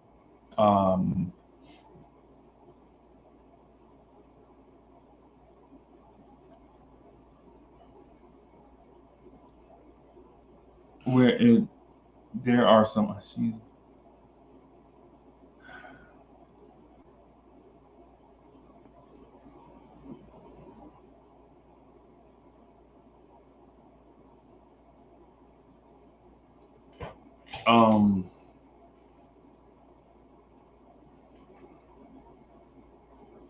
What's the song Heavy D sampled? That was Mm-hmm. I forgot the name of that joint. Because 112 sampled it too. They took like the same sample from Luther.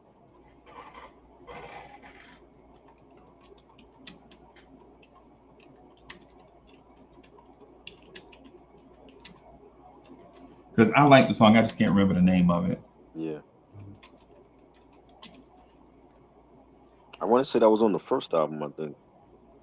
It is not Never Too Much. It's not Never Too Much. It's No. It's, oh, okay. What sample was used for Got Me Waiting? You know they got a website for that. The Who sampled. You ever been to that website? Yeah, Yeah. Oh, don't you know that? That's it. Yeah. Don't That's you right. know? That's right. Yep, Yeah. that's the name of it. Yeah. I think Black Sheep sampled a part of that also. Yeah.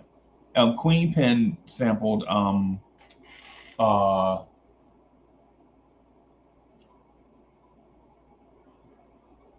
Queen Pen sampled um oh god, man. Now I gotta search. Which one she took? She took something for one of her songs, her singles? Yeah, she sampled a Luther song. And Eric Williams sung the Luther parts. Okay.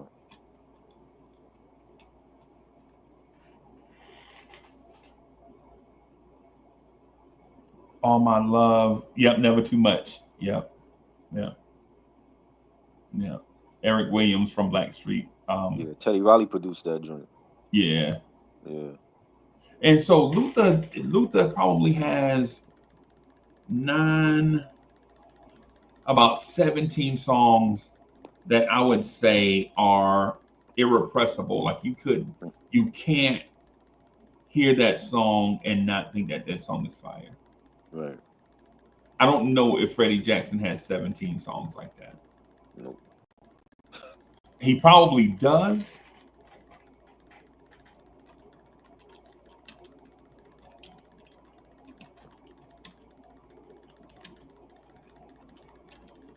He probably does because I know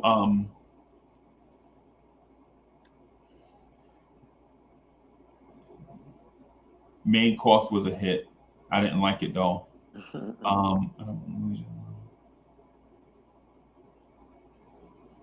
Hey Lover. Yeah, Have You Ever Loved? Yeah. You remember the song with him and Melba Moore? No. Uh, Freddie Jackson, remember more? yeah. No, I don't remember that song. Yeah, it's a great song, bro.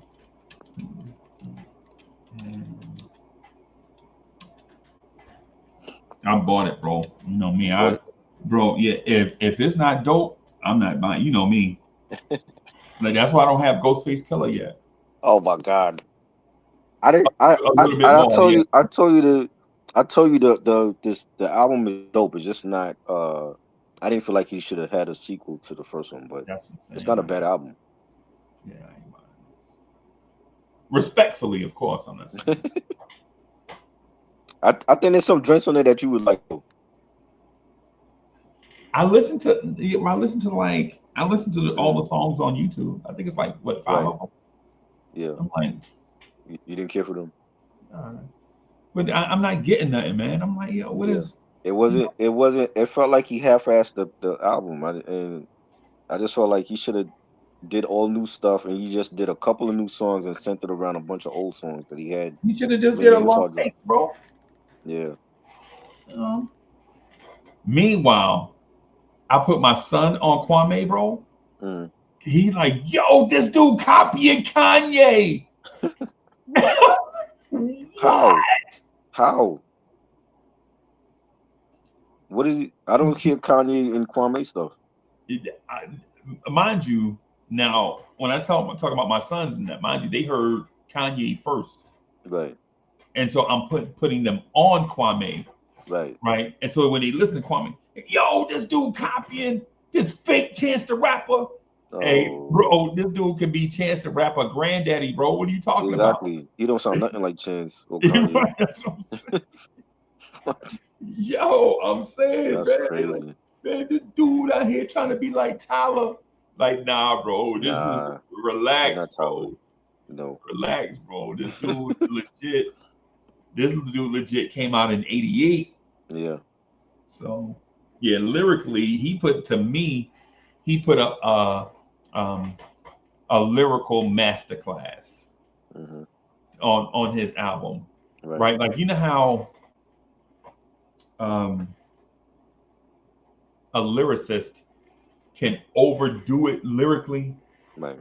Like they like, yo, I got this book of this composition book. It's like Facts. you know how Chuck D does with Public Enemy, right? Like Right. the beats are so dope.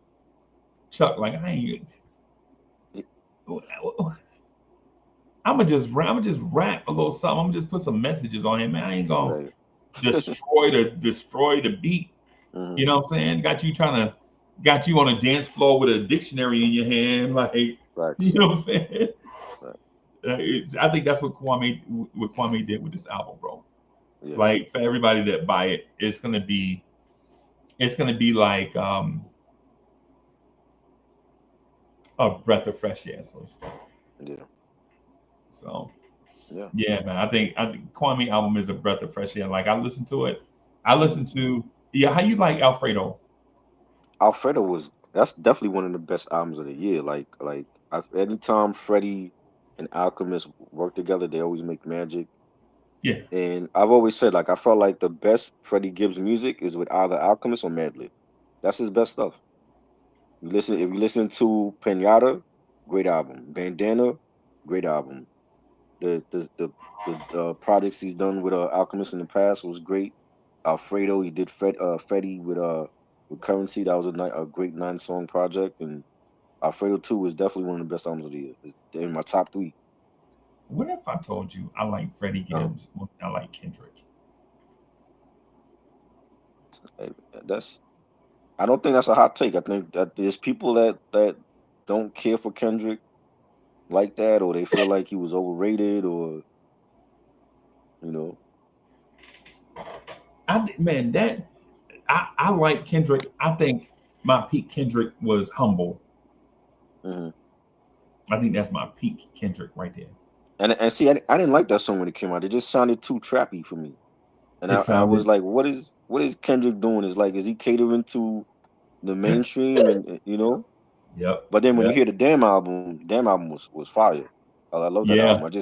I didn't like Humble as a first single for him though.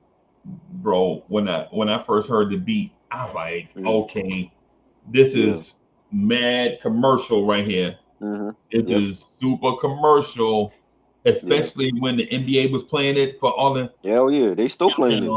countdown. Yeah, For yeah, the you for know the what I'm yeah saying? the, I the was like, ESPN, yeah, yeah, I was like, so yeah, it's like the NBA gave it like a longer shelf life, yeah, you yeah. know. Kind of like that song from Alicia Keys, Superwoman. Remember Yeah. that? Yeah. Oh yeah. I Yeah. am That was your. good. I forgot how I go. It was a nice little song, bro. But to be played 14 times Yeah. in a 3 hour stretch, It was crazy. how do you like Alicia Keys, bro? I love her. I think she's a talented artist, and I love a lot of her music when she first started, and even now, like she's always kept it true to herself, and not really tried to go out of her comfort zone to like I think she's please. strange, bro. She's strange. Yeah,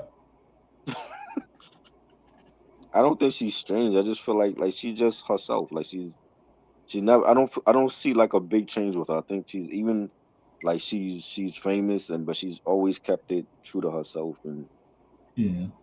and the integrity of her music, and kept it quality. I love that I about think she's strange, like in a like one of my favorite songs by her is her. Mm, the joint with Most Def is in the video.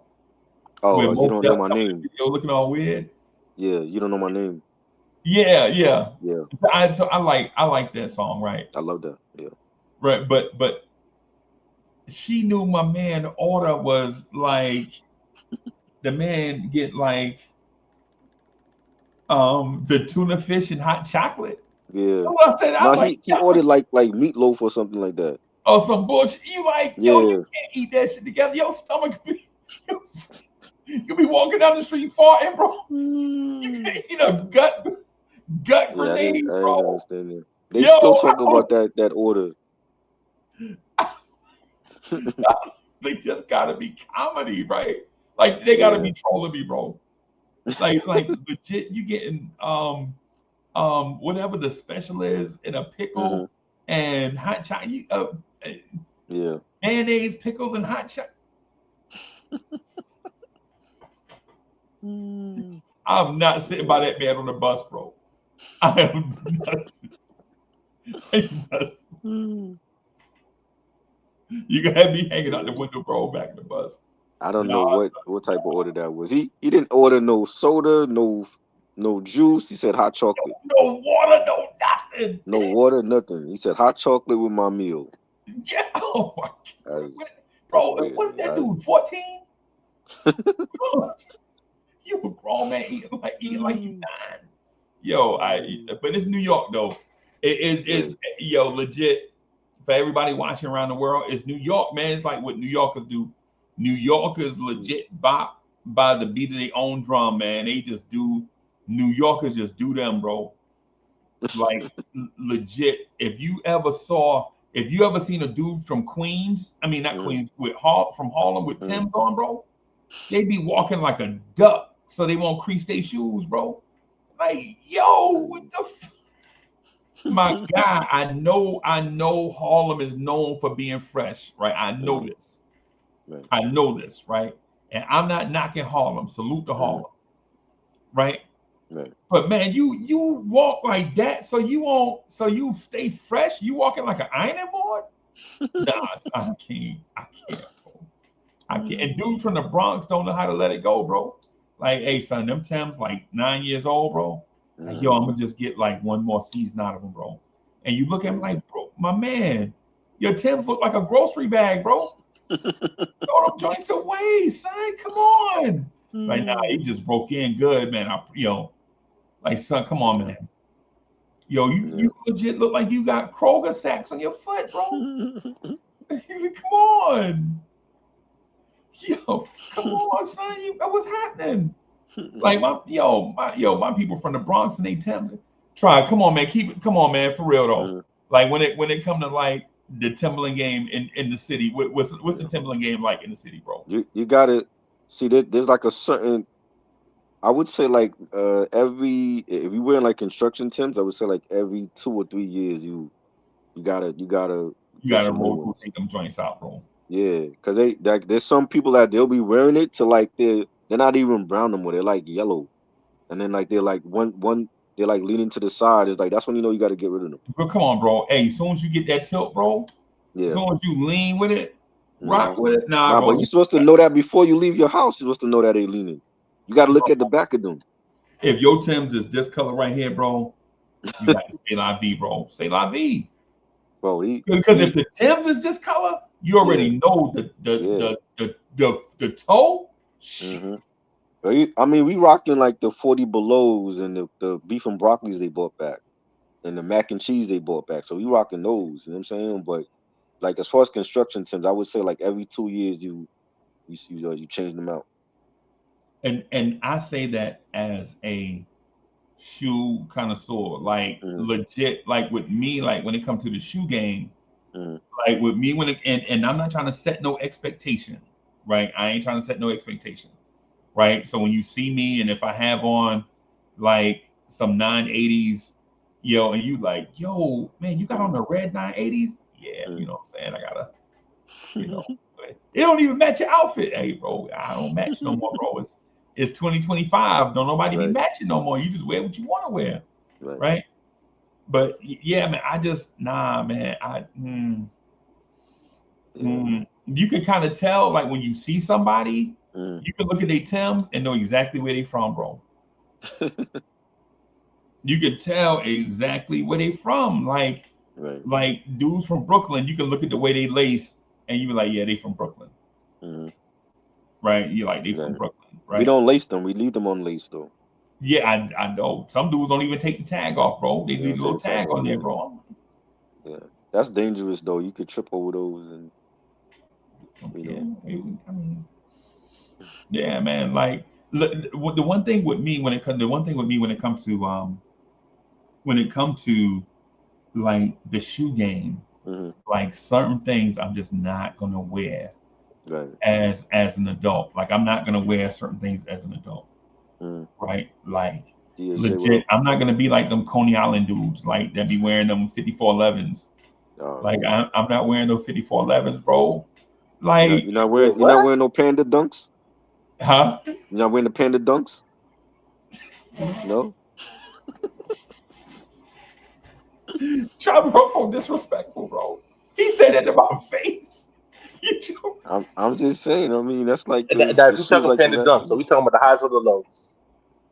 I see they're wearing the highs a lot more now than the lows, but the lows is still like a staple. No, You're bro, not it's wearing it. 2025, bro. Nah, bro, I'm not, bro. I said he rocking. If he's gonna rock any dunks, he's gonna rock the Supremes with the You're rocking the crocodile New leather Balance, man. and the stars on them. Bro, I'm like legit.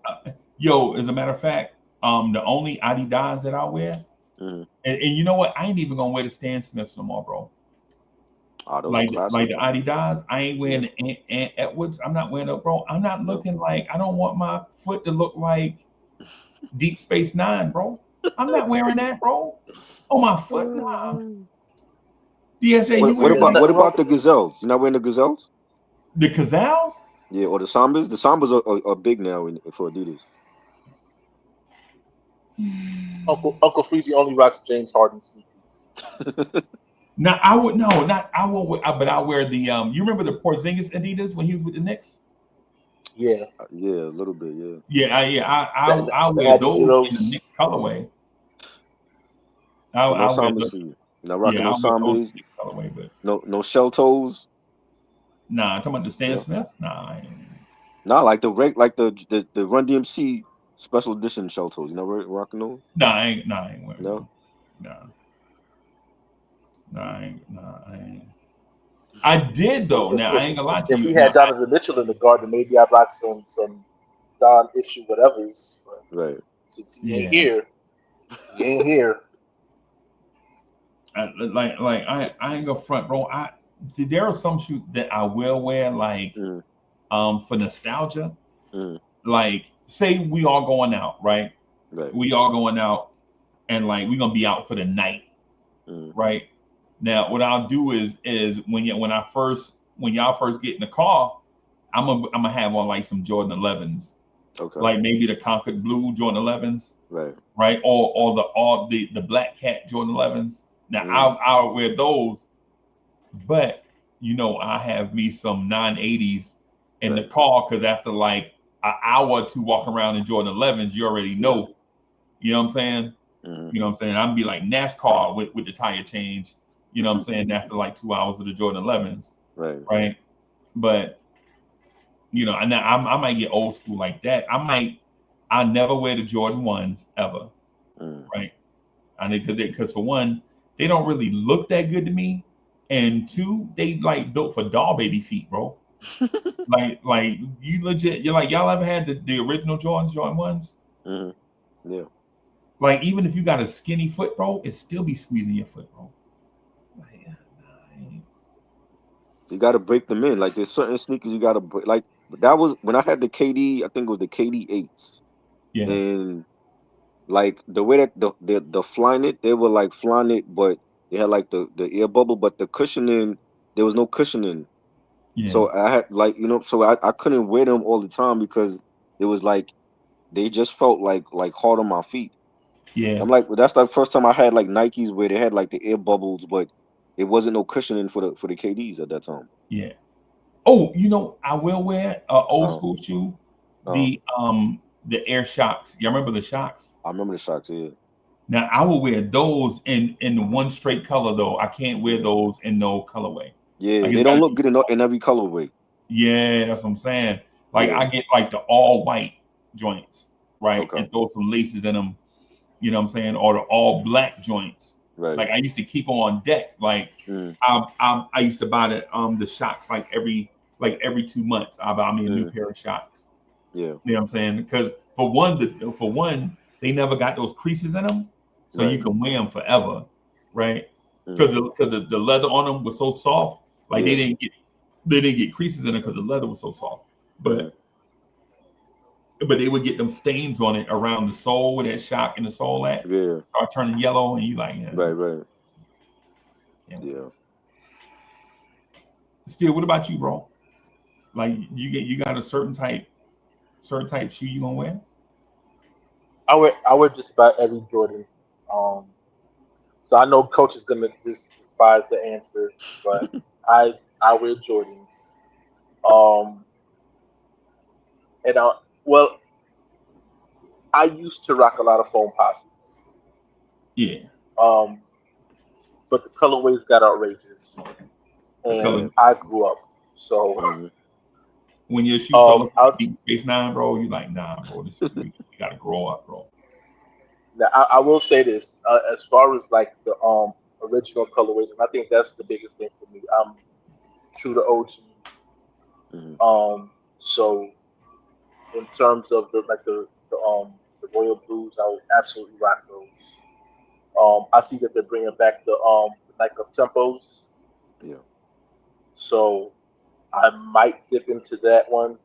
Um, but again, it has to be to the OG. So I might do like the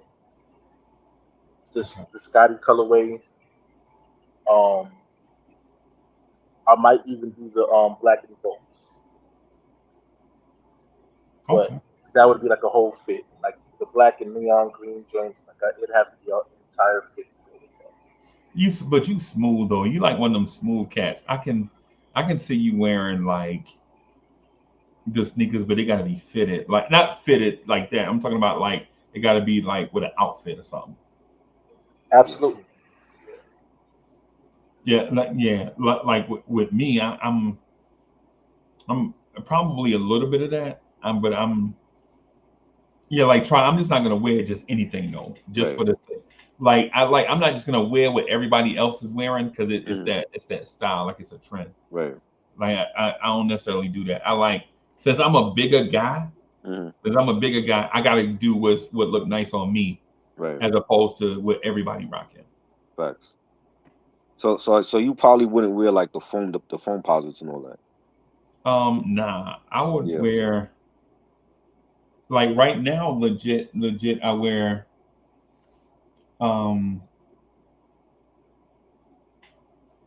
I got a pair of Adidas in my Amazon cart.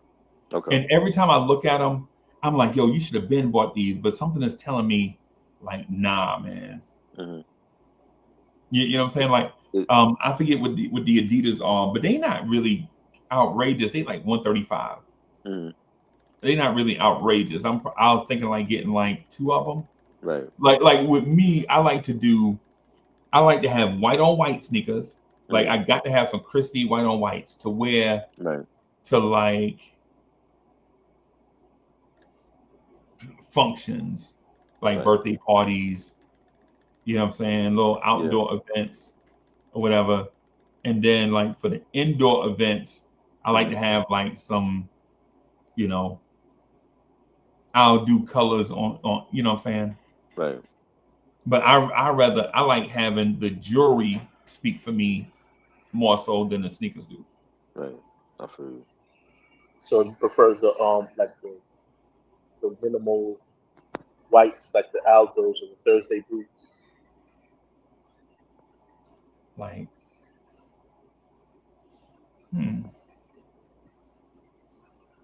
see, I'll tell you what I won't do. Crocs. Yeah. I ain't never. I got a pair of Crocs. I'm looking at them right now. They black on black, bro. I had them for like 3 years. I ain't never wore them out the house. Yeah, I think they just for like around the house or like the grocery store, not to like an actual event. Yeah. But I've seen females. I have like female cousins that they have like a whole collection. They wear it everywhere. So In New York? yeah. Well, my cousin, she live in Florida, but she wears it to everywhere. The grocery store, to the Right, right. movies, out to dinner. She has like a whole crock collection. Out to dinner? Yeah, Well, she got tender that's all she feet. wears. Huh? She got tender feet. She's had like foot injuries in the past. So I think maybe that's why she's wearing them now. I knew it. You I know what I knew it. mean? But it's more comfortable for her. Like so that's all she buys is like different Crocs. She sound like she like just know what she like. You know, like you ever met somebody that just know what they Hmm. like somebody that have their own style. Right. You know, what I'm saying? Yeah.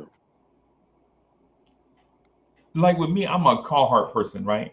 That's Right. my style. Most of these hats are Carhartt. Carhartt. Yeah. Carhartt, but them long sleeve shirt, the green one, the white Hmm. one, like I got like 7 to 8 like thick cotton Carhartt shirts. Right. I got like a big thick one. I bought like a $300 Carhartt coat one year. Hmm. You know what I'm saying? Like, you know what I'm saying? Like, I like Carhartt. I'm not a Timberland fan. I'm more of a Carhartt person, Carhartt. Right. right? And so, you know what I'm saying? And I don't know if everybody does it. I just like that style. Right.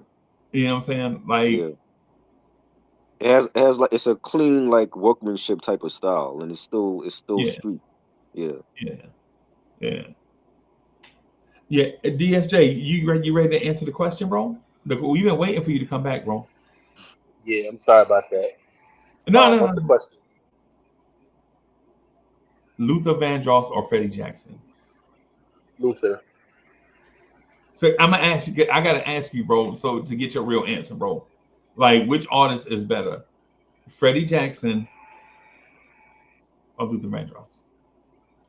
No, Luther's a better artist. I think Freddie is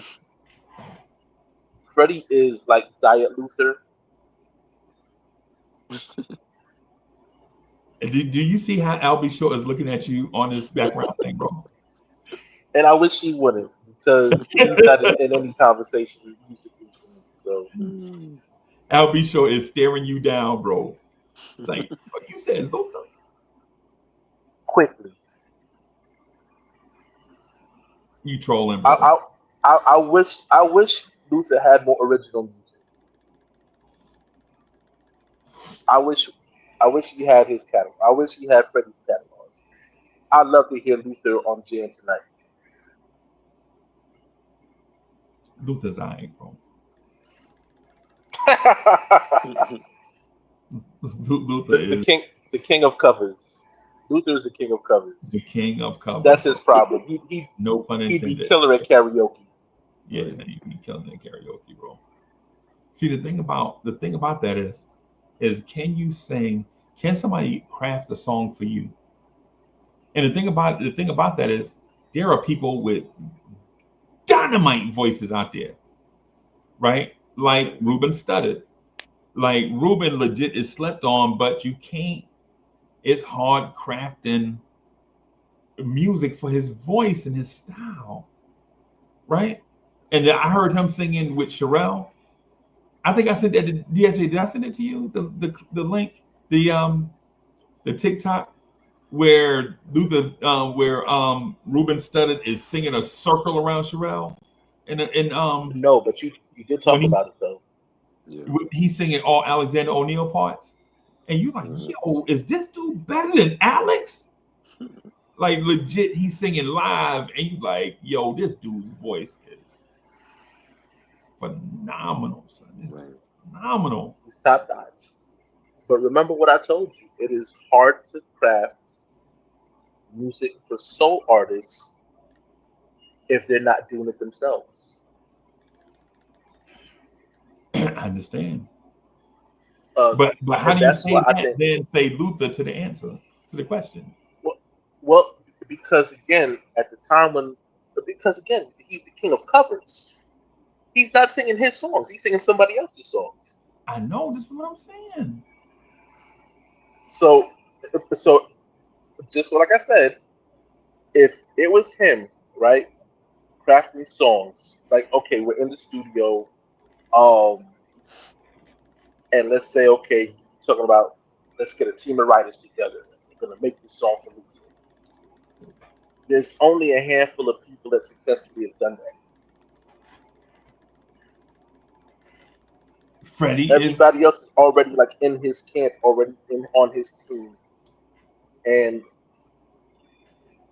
at the end of the day, like not everybody can pull those type of things off. That's why like there's only like when you look at like the Power of Love, Love Power out, that's like the only album when you look at it and say, okay, well that might have been the best collective body of work, of original as stuff. opposed to like the Never Too Much album was a very like it had good songs on it, but then like some of it's like It was all right. hit or miss. That's what I was telling Trombo before you got here. Like, it was all right. It was all right. Never Too Much was a great song. A House Is Not a Home is a great song as a cover. Right? Right. And then you get by the time you get to where is it? Where is the song from Luther? By the time you get to Superstar, until you come back to me, you like, okay, Another cover. What we doing out here? Like, what are we doing? Luther's voice, man. I've seen Luther in person twice. First time I saw him, I thought it was the greatest concert that I had ever been to. Right. And then I saw him again, and guess what I thought? This is the greatest concert that I have ever been to. Right. I seen Freddie Jackson 3 times. One time it was whack, and it wasn't even his fault. Right? It was the venue was whack. Stuff was going. People was mad. Just stuff. It was just whack, and it didn't have nothing to do with Freddie Jackson, bro. Right. And then I saw him outside at the Florence Fairgrounds. One year we drove to Florence, bro, and saw it was like a I think they was there. It's like a Monday night. It was like they were there Friday, Saturday, Sunday, Monday, and we caught them that Monday, and it was empty. It's a weeknight. They had already been there 4 days. Him, Melissa Morgan, and somebody else rode with them in a car. They legit rented a Cadillac and drove. And they drove Freddie because at the time Freddie was laughing, talking about he don't drive. I forget who the third person was. It was another R&B artist, and I can't remember who it was. But it was probably the venue there was in probably held like 1,000 people, and there might have been like 80 or 90 people there. Like we was all up front, like Freddie was dapping us up and all this stuff, right? But to hear his singing voice outside, and it's a fair going on over here, like all this noise going on, crowds, and you can hear his voice, bro. You like, bro, he got to be a top 5 singer of his generation, bro. Right. Like him, Luther, Alex. And I don't even know who else from the 80s in that group. Yeah. In that group of guys. When it comes to maybe Michael Cooper, James maybe Glenn Jones, maybe Howard Hewitt. Right? I know y'all don't know who Glenn Jones is, but he's a very good singer. Right? Well, tell me. Huh? Tell me. Show me. No, I was saying tell me. Tell me about Glenn Jones. Glenn Jones, man, is if you take Teddy Pendergrass and Delano Steele Jr. and put them together, it'll be Glenn Jones.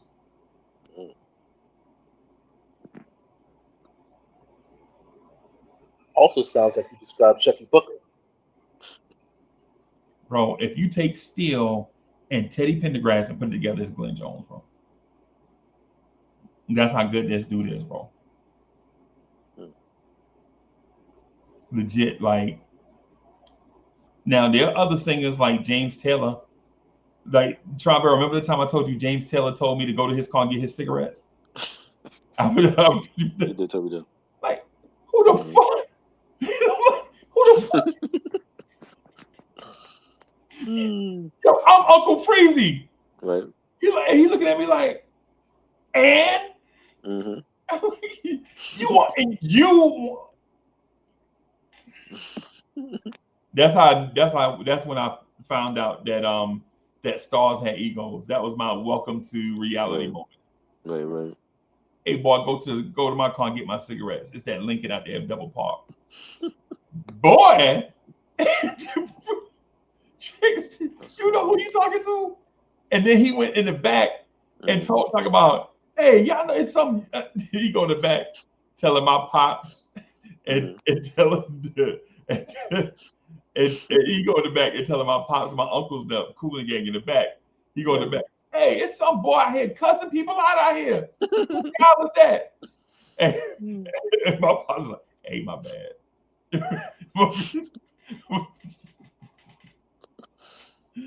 Still, sound like James got a dose of Uncle Freezy reality. Right.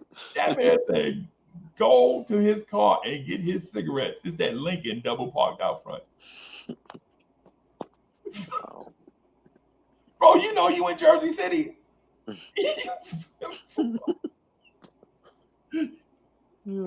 Anyways.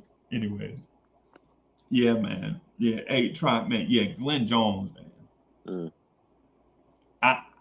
Yo, Michael Cooper is great too. Y'all remember Michael Cooper from Confunction, right? Yeah. He great. My guy from the Commodores, he great. Which one? Lionel Richie? Lionel Richie, okay. He great. I love the Commodores, bro. I think they are top three male groups of all time, man. It's got to be Earth, Wind and Fire, Kool and the Gang, and the Commodores. Ain't nobody else close, bro. Like it's like a top three, and then 4 through 7 can be like anybody. It could be Jodeci, the Isley Brothers. Not on his list. Oh, they on a list. They on a list of mine. They on a shit list. Man, they yacht rock, bro. That is not yacht rock. They Michael McDonald, bro. That is not yacht rock. They That's not what they did. That is not. You listen, so you can listen to Between the Sheets and say that's yacht rock. No, that ain't yacht rock, bro. Nah. Still, that ain't yacht rock. For the love of you, ain't yacht rock, bro. Well, oh, you know what? I understand. It's not yacht rock because it's black. It's hoopty rock. What? Oh my god! He said it's Oldsmobile soul. That's so messed up. Like I legit. I had this conversation. Right, I had this conversation with like family members and friends and everybody about the Isley Brothers, and they always say when they hear me say this thing, they can never unhear it. And I'm like, yo, the Isley Brothers are yacht rock. And then when they hear the songs like, who's that lady? Who's that lady? Yeah, that's yacht rock, bro. Oh my god. Bro, it's what it is. These dudes, bro, they in the same category as Africa, as Toto. Come on, yeah. Everybody say don't rock the boat now. I mean, No. And Hall & Oates. How else they gonna get to their voice to Atlantis? They gotta be yacht rock. Hall & Oates did more yacht rock than them. That was their lane. I know. There's nothing wrong with yacht rock though. Y'all don't like yacht rock? I do. I don't put the Isley Brothers in it though. I mean, they might have dabbled in it, but that wasn't their main thing though. I listened to Voyage to Atlantis.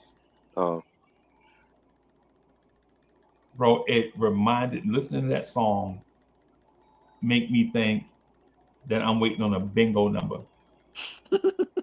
I-17 bingo. Wow. When I listen to the Isley Brothers, I legit think I'm at the DMV. Wow. Well, we know that's a lie because I don't hear nothing but some guy that's taller than Shaq talking about call me almond. So I know that's I know that's the story you're telling. Still, you telling me. Like think about what I'm saying to y'all, right? Because I sound like a hater, and I'm not.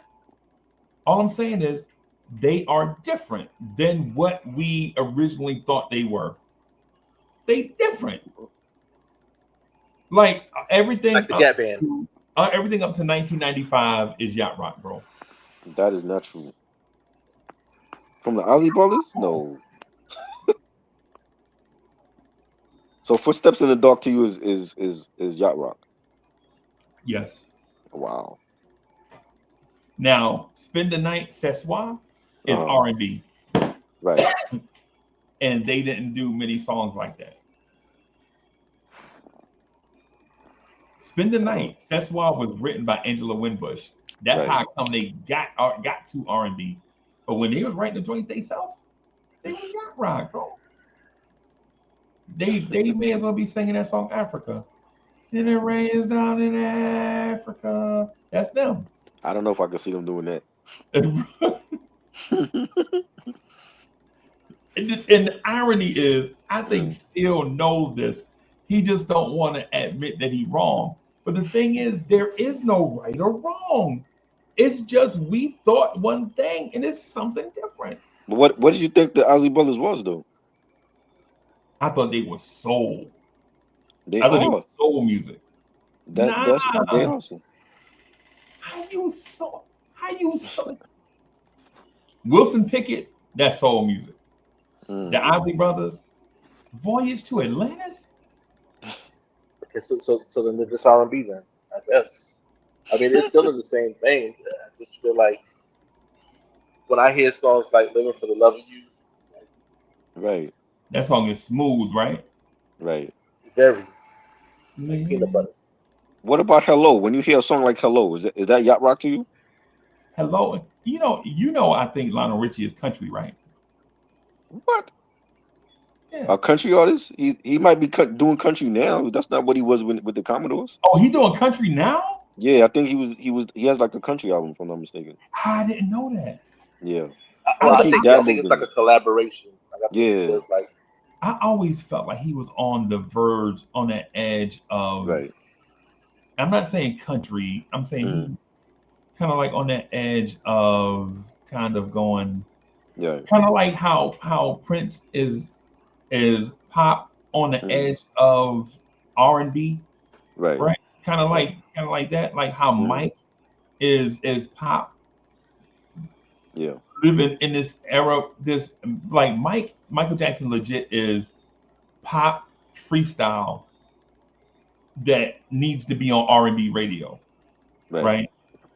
That to me, that's what Michael Jackson is. Like when you hear songs like "Dirty Diana" and "Heal the World" and "They Don't Care About Us" and "Man in the Mirror" and all these songs that Mike have, you know what I'm saying? You like, yo, Mike is really freestyle pop that lives in the R&B space. Well, right? he was crossing genres though. Yeah, I know. I know. I'm not knocking it. I'm not putting Mike in a box. I'm saying that's just the way that I see him. Right. Like I don't want to put no artist in a box because the whole key of being an artist is to express creativity. Right. And creativity doesn't live in boxes. It lives in whatever the ether is. Right. I'll be right back. All right. Yeah. That's all I'm saying. Like I'm not knocking my guy, man, for real. Like, but the Isleys though.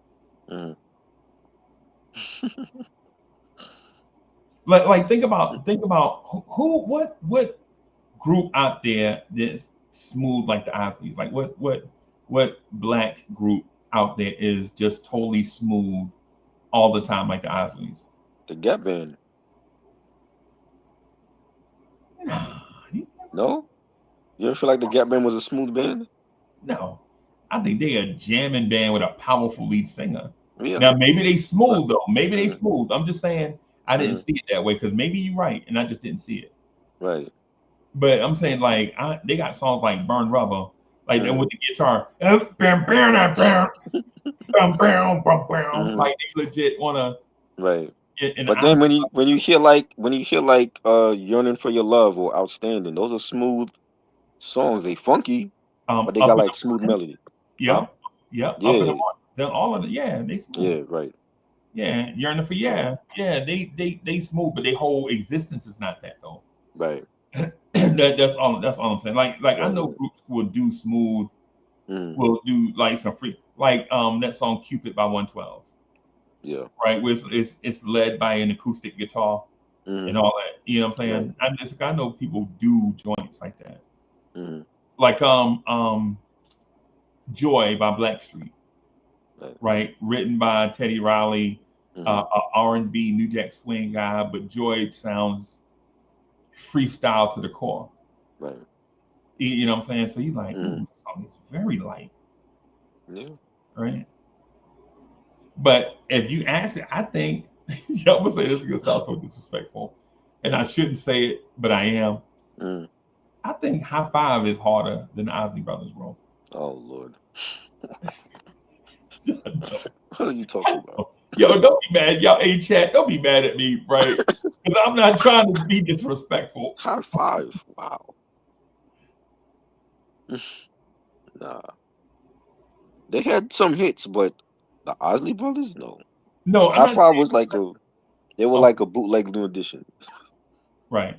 You Yep. know, Yep. Yep. they were good, but I think Bootleg Osley Frankie Brothers is in a Lyman. different class. Huh? They are bootleg Frankie Lyman, bootleg Smokey Robinson and the Miracles. They are bootleg Junior Oh and the man. All Stars. Like they legit a bootleg Junior and the All Stars. Right. Right, I get where you going with it. right. Right. With High Five. Right. Like 5-man group. Mm, The lead singer sings in that high tenor range, which is the opposite of what we kind of expect from a five-person group. Like the right. Spinners, when the dude with remember with the dude with the glasses with the lead singer of the Spinners, Yeah. and he would do them powerful songs like Sadie, and you know, Right. so I get what you said. Like they the opposite. Like the Temptations are the opposite of High Five. Like Right. when you have the five guys, and the guy with the most powerful voice is the lead singer, Mm-hmm. and then you have the guy with the high tenor range, Right. like the Eddie Kendricks and all of that, be Right. like occasionally get a song of their own, but they mostly background, Right. right? So I get what you're saying. I get what you're saying there. But I don't think, and to be honest with you, Mm, I think High Five's run was over before Tony Thompson passed away. yeah. Right, it was over Yeah. before. Remember, they hadn't made music for like 10 years before Yeah. he tragically passed away. Mm-hmm. And he So, was signed to Bad Boy at one point. yeah, I remember. He Yeah. had an album on Bad Boy, right? Yeah. He had an album, Bad Boy. Yeah. Yeah, yeah, yeah. I think it came out before New Editions, right? It came out what 90? Yeah. I want to say that came out before New Editions got signed in. Yeah, yeah. Because Puffy was trying to get Tony Thompson, Mm-hmm. LL, and New Edition like all at the same Yeah. time. All of them. Yeah. If he had done that, bro, I don't think we would have ever heard of G Dep and all them other guys, bro. That's true. Black Rob, rest in peace. How did you like Black Rob album, bro? Life Story was good. I definitely, and I was like on the down period of Bad Boys. So when you had Black Rob there and Mark Curry and G Dep and Shine, that was like Black Rob had a excellent first album there. You know, Woe was everywhere on the radio. And the You know, remix. and then the remix, right? He had the remix for that. He had what's the other joint? He had a Spaccio on that. He had the the joint with Joe Hooker. You don't know me. I dare you. That joint, and he had some bangers on the first album. He had the Can I Live joint with the Locks. Yeah, yeah. That was what like one of my. I had the sampler back in the day, and I remember hearing the Can I Live joint on the sampler for that. Fire, bro. That was a classic album, definitely. Fire. Yeah, Fire. I when I rank you maybe we should do a show on that, ranking all the bad boy albums. yeah, we should. Maybe we should, yeah. I did want to IG live with, but it was like the period after Biggie passed away, and we just discussed like we we we ranked like the albums like from Mace Harlem Road to like maybe it was making the band or something like that. It was like the downside after Biggie passed away. But like I didn't like do the stuff before Biggie passed away. I got a feeling you want me to tell you what the best rap album of 1994 is, because I know because you keep referencing Notorious B.I.G. I mean, I don't have a problem with Ready to Die. To me, it's between Ready to Die and Illmatic. I think those two were the best 1 and 2 rap albums of '94. But there's so many others that was great in that year. I just can't, bro. He said Miguel said rank all the Diddy victims. Oh man. Nah, no, thank you, bro. No, no, thanks, bro. Oh no.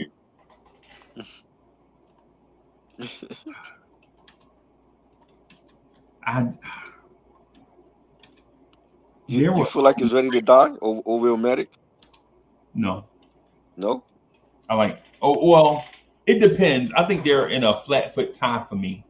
Like Right. some days I'm more in the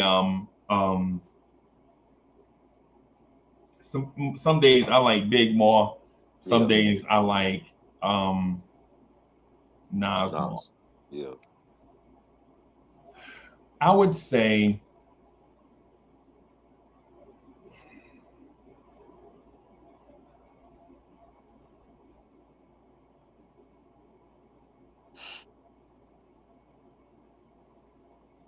94. The Infamous was 95, right? Yeah. What year was Into the Stage? 93? That was 93, yeah. Okay.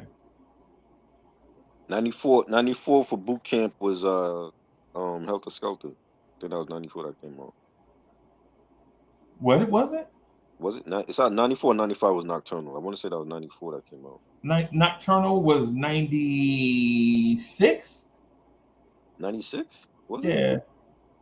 Because Magnum Force was 98. Mm, that's right. OGC came out in You ta- 96. you talking about the joint with therapy on it, right? Yeah. That was 96? Yeah, I think that was 96. Because I think OGC released a song, released a joint, Yeah. and I think Original Gun Clappers was Yeah. That was 97. 96. The Storm. That was 96. Yo, 96. Okay, okay, okay. Um, yeah, 94 was a great year. I mean, it was so many like great Nothing But Love came out in 94. Nothing but love. Now Yeah. we talking, bro. Yeah. You know. Um, you had Redman, There's a Dark Side. That was 94. Takal. Regulate. Regulate. Well, that's one of my favorites. You know. To Keith Cal. Murray. Huh? To Cal. Yeah, Takal Method was Man. 94. Yeah. Yeah. Keith Murray, he came out with it in 94. Doggy Style was 93, right? Midnight 93, yeah. Marauders was 93. Yeah. Black Sunday was 93. Yep. The Infamous was 95. Hmm. Into the Stage was, I don't know why I think Into the Stage is 92.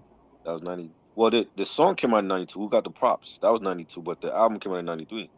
Right, right. Mm.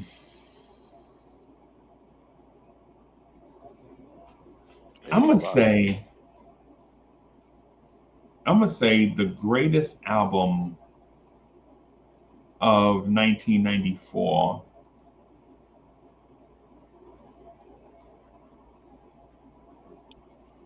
When I say this, you probably gonna think I'm being disrespectful to be disrespectful. I'm not assuming what you're gonna say, Uh-huh. right? But when I say it, it's gonna sound crazy. No. It's your opinion, so. This is respectfully, we get here because we feel like smart people that can have complex and well thought out ideas and thoughts can have an opinion on something based on their sensibilities, and Right. based on that, I'm going to tell the whole world that I think The Sun Rises in the East is the Mm, best album of 1994. love that Right, album. and I had been hinting at it for years. Right.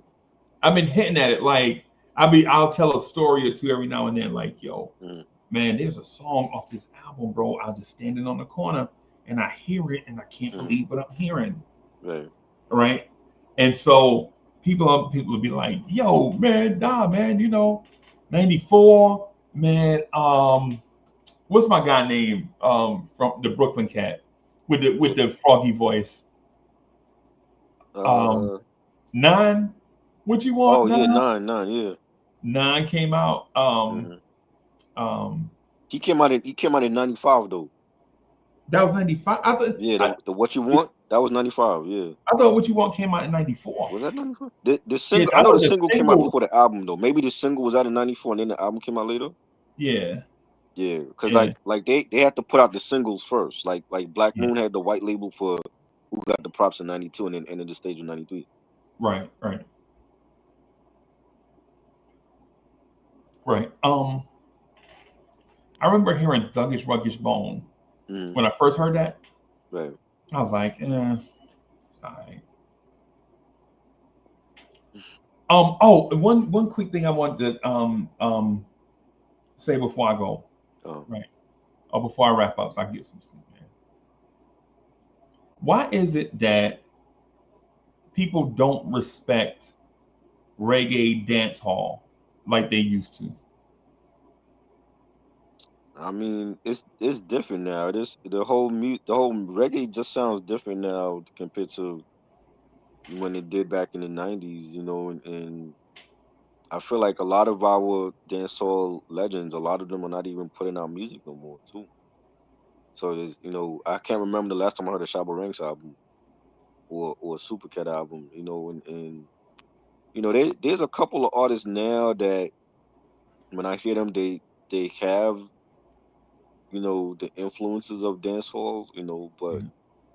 it's not the same. I feel like there was a revolution happening, back then when a dancehall artist would come out and they had a huge hit, and then they would do a crossover collab with a Busta Rhymes or Heavy D, and they would be a hit on the radio. You would see their videos. They were being promoted by the major labels that they were on.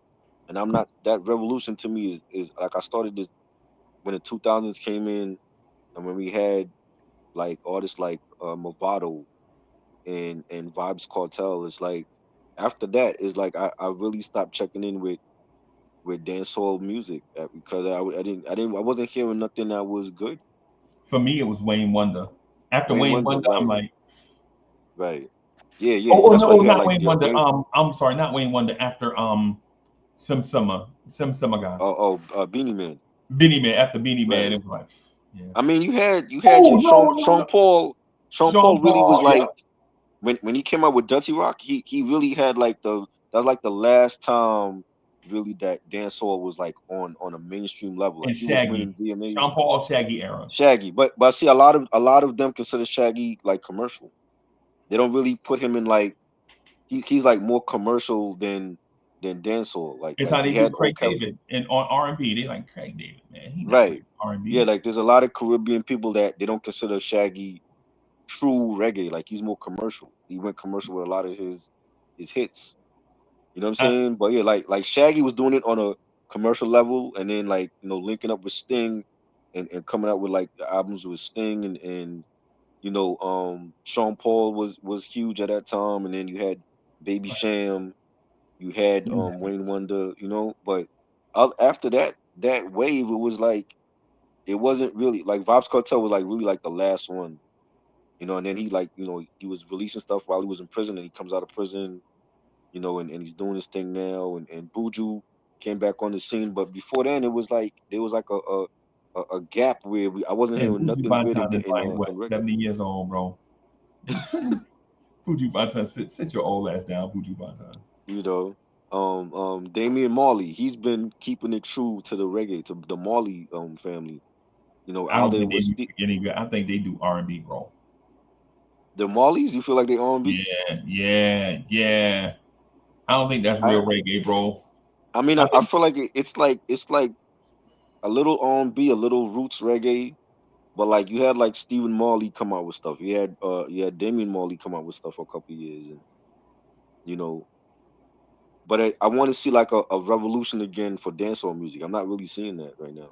I think that I think what they're missing is the difference between reggae and dance hall is going to be dance hall music for the DJs Right. that play in the club. You're not going Right. to really hear dance hall like that on the radio, Uh-huh. right? And then the old reggae, folk reggae, right? Like the street reggae, you're not really going to hear that because it's just too gritty for the radio. You got to make radio songs, Right. right? And then there was a middle ground Mhm. of Capleton. Remember Capleton? Yeah, I Remember remember. the Yeah, I song remember. Tour, the Lil Jon remix? Mhm. Tour, Tour. That was on the radio. You couldn't keep it off the radio. You remember Right. Terra Fabulous I Action? remember him. Yeah. And you remember Lil Vicious Little Freaks? Vicious. Yeah. I saw Little Vicious live too when he was back in the day when he was doing Freaks and the stuff with Shaheem. Yep, yep, You know. yep. You got you had your Mad Lion that was Mhm. radio friendly, Yes. even though it was fake reggae. He said fake reggae. But it was dope though. I ain't gonna lie. It Mhm. was dope. And I'm not saying that he not from. I'm not saying he not Caribbean. What I'm saying Right. is it didn't really give you the sense. It was more It was more hip hop hip reggae. hop than reggae, Yeah. but it was you know Mhm. your Mad Cobra had a song one time, bro. You couldn't Yes. keep it off the radio. Oh yeah. It's a song called Flex. It Mhm. felt more Great like a album too. freestyle song. Yeah. You know what I'm saying? Yeah. Um, yeah, man. You just I personally think Mhm. um Patra, Shabba Ranks had they run from like 93 to like 95. Mhm. And after that, Yeah. you got your Wayne Wonder joint, Mhm. you got your Mr. Vegas, Right. It's high, Yep. Big hit. it's high. You got that, you got a bunch of, and then it just like when the reggae artists start doing like the songs with Janet Jackson and Mhm. the reggae started being when they start doing songs with Maya, the Right. songs sound more R&B. Yeah. And then next time you hear them, the people that liked the joints with him and Maya, they're Mhm. like, yo, why you ain't doing no joints like Maya? Right. You want me to do a song with Janet? Right. You know what I'm saying? It's like sold out now, and now people don't even want to. Mhm. And then You know and what then I'm you saying? had like the Alicia Keys and Baby Sham collab, and that's when it started to like I was just like, is this too much now? It's just too much. You know what I mean? And then you had reggae, like Miguel Peace has said, you had reggaeton. Reggaeton was huge at that point, and that kind of like replaced dancehall reggae. You had to even now like Bad Bunny, and you got J Balvin. You know, a lot of the reggaeton artists are like really huge on the charts now. Yeah, but the thing is about reggaeton, like with Hmm. me, I connect the dots, bro. I Right. remember when reggaeton was calypso. Hmm. Calypso Right. was always smashed in the 80s. Calypso was Right. smashed. They'll disguise it like Hmm. they'll disguise like Yeah. reggae in calypso where it's more palatable for Hmm. the major city radio for like London and for New York. It's more Right. palatable for those radio stations. They're like holding back the years. Hmm. You hear this? Oh yeah. You're like, okay, all right, I got you. So it's like a Yeah. calypso type feel to it, Right. and then before you know it, the reggae is just out of it. And Yeah. then, but Summer Splash kept everything. Right. You remember like the summer, like you I couldn't wait to remember get the Summer yeah, I Splash remember tape. seeing those. Yeah, and then Hmm. all of a sudden, out of the blue, out of the blue, soul music is gone, Right. reggae is gone, Hmm. even gospel is gone, bro. Gospel. Like Yeah. you don't even like you can't even recognize gospel artists. I remember one time gospel artists was just as popular, Right. and well, not just as popular, but gospel songs made it onto the radio. Now you Hmm. like Yeah. gospel songs don't make it on the radio, reggae don't make it on the now. If it's not Frank Ocean, it ain't making it on the radio, bro. Right. And I blame Delano Steele Jr., bro. I blame DSJ. Like if Mm. I blame DSJ, bro. Wow. DSJ legit raw music, bro. Yeah. I blame Reg. I blame Wow. Reg raw music, bro. When I see him, I'm gonna tell him. I gotta tell him I said it just now by accident. When I see him, I'm gonna tell him to his face. Reg, you raw music. Reg, you got a YouTube channel, bro? You supposed to be doing your YouTube channel every day, 2 hours. You supposed to be keeping this thing alive, Reg. Right. I So tell him. yeah, man. Hey, you got something you want to share with everybody before we got? Another song? No, I'm saying I'm gonna get out of here so I can get some sleep, bro. Yeah. Tomorrow I'm gonna go live 8 p.m. Daddy Ran podcast, and we're just gonna talk about a few things. And Rockabad said he had an announcement to make, so I don't know what it is. So he's supposed to be making some announcement tomorrow, but Okay. yeah, we gonna rock out on Wednesday nights as usual. So How much tomorrow? I don't know. Tomorrow dicey. I gotta. All right, everybody. Y'all know. Everybody, I'm a human being. I gotta paint cabinets tomorrow. I don't get off until like 8 o'clock, and I gotta paint cabinets before we install them Friday. So you gotta paint your cabinets, give them 2 days to dry before you. You know what I'm saying? Okay. So I'm gonna try. All right. To, you know what I'm saying? I'm gonna try to keep the live stream under like 5 hours. You know what I'm saying? So, you know. Maybe, possibly. Yeah, man. Yo, Miguel P said you gotta hire a cabinet painter. Ha ha. Yeah. And then I gave my paint gun away. Like I kept bumping into it. I'm like, oh God, ain't this thing all in the way? And so I gave it to a dude, and then now I gotta paint. Yeah. So thank you everybody for coming through and rocking with us. Thank y'all for, I know it was spur of the moment. Thank y'all everybody that support the channels. Thank y'all for supporting all the gatekeepers of this art, man. Make sure y'all support Reg, right? Reg's channel. Make sure y'all support the That Ain't Rap podcast. For real, if y'all mad awkward at work and y'all don't know the style and y'all can't keep up with the conversations, it's because you're not watching the That Ain't Rap podcast. That's not our fault. We keep telling y'all. So make sure y'all do that. Y'all want to be on top of y'all game. Watch the That Ain't Rap podcast. The guests on there be fire. It's an awesome experience. Make sure y'all come through and check for them. The Culture Encyclopedia, the Tromborough Gigolo gonna be there. Putting out the topics and stuff, all the stuff that's relevant, all the stuff that's going to be in the forefront of all the current conversations that y'all be having. Make sure y'all check out the That Ain't Rap podcast. Who else we got? It's September, right? Should we start shouting out Ray, or should we wait till October? Oh yeah, we definitely. Ray Lansky, he got his documentary coming out. It's been a long time coming. Okay. And he has 2 documentaries coming out dedicated to lyricism and hip hop culture, and I can't wait. So I think that every hip hop head should watch it because it's gonna be a game changing documentary, and just saluting like all the Jersey legends in hip hop like Naughty by Nature and Redman and Queen Latifah, Rod Digger. I think it's gonna be a must see. Chill Rob G. Yes. Victor Quick. Yep. Apache. Oh yeah. Rest in peace. Yeah. PM Dawn. Yep. Uncle Freezy. Heather B. Yep. Yeah, man. Everybody, bro. Yeah. Salute We gotta get Ray on the show.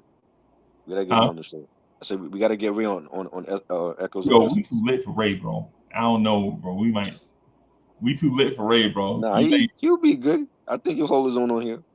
All right. I'm gonna ask him tomorrow. I'm gonna just chat. Yeah. Just chat, hey Ray, like this channel over here, bro, it'd be lit, bro. You know what I'm saying? So for sure. Yeah, you can't tiptoe. And you were like, yo, so who? All right, so just one other thing before I go. The Luther Vandross and Freddie Jackson thing, I will concede that Luther Vandross is the better artist than Freddie Jackson. And it's not because I wasn't prepared. It was that I legitimately brought my stuff to the table to back Freddie Jackson. Tromborough Gigolo legit compared the stuff on screen. Y'all saw it with your own eyes, and Luther just has the better body of work. Yeah. Right. So it's one of those things, man. There's no harm in being wrong as long as you learn something. Right. So, yeah, man. So I appreciate you for that. No doubt. And everybody watching, thank y'all for coming through, rocking with us, man. Don't get out of here. Peace, y'all.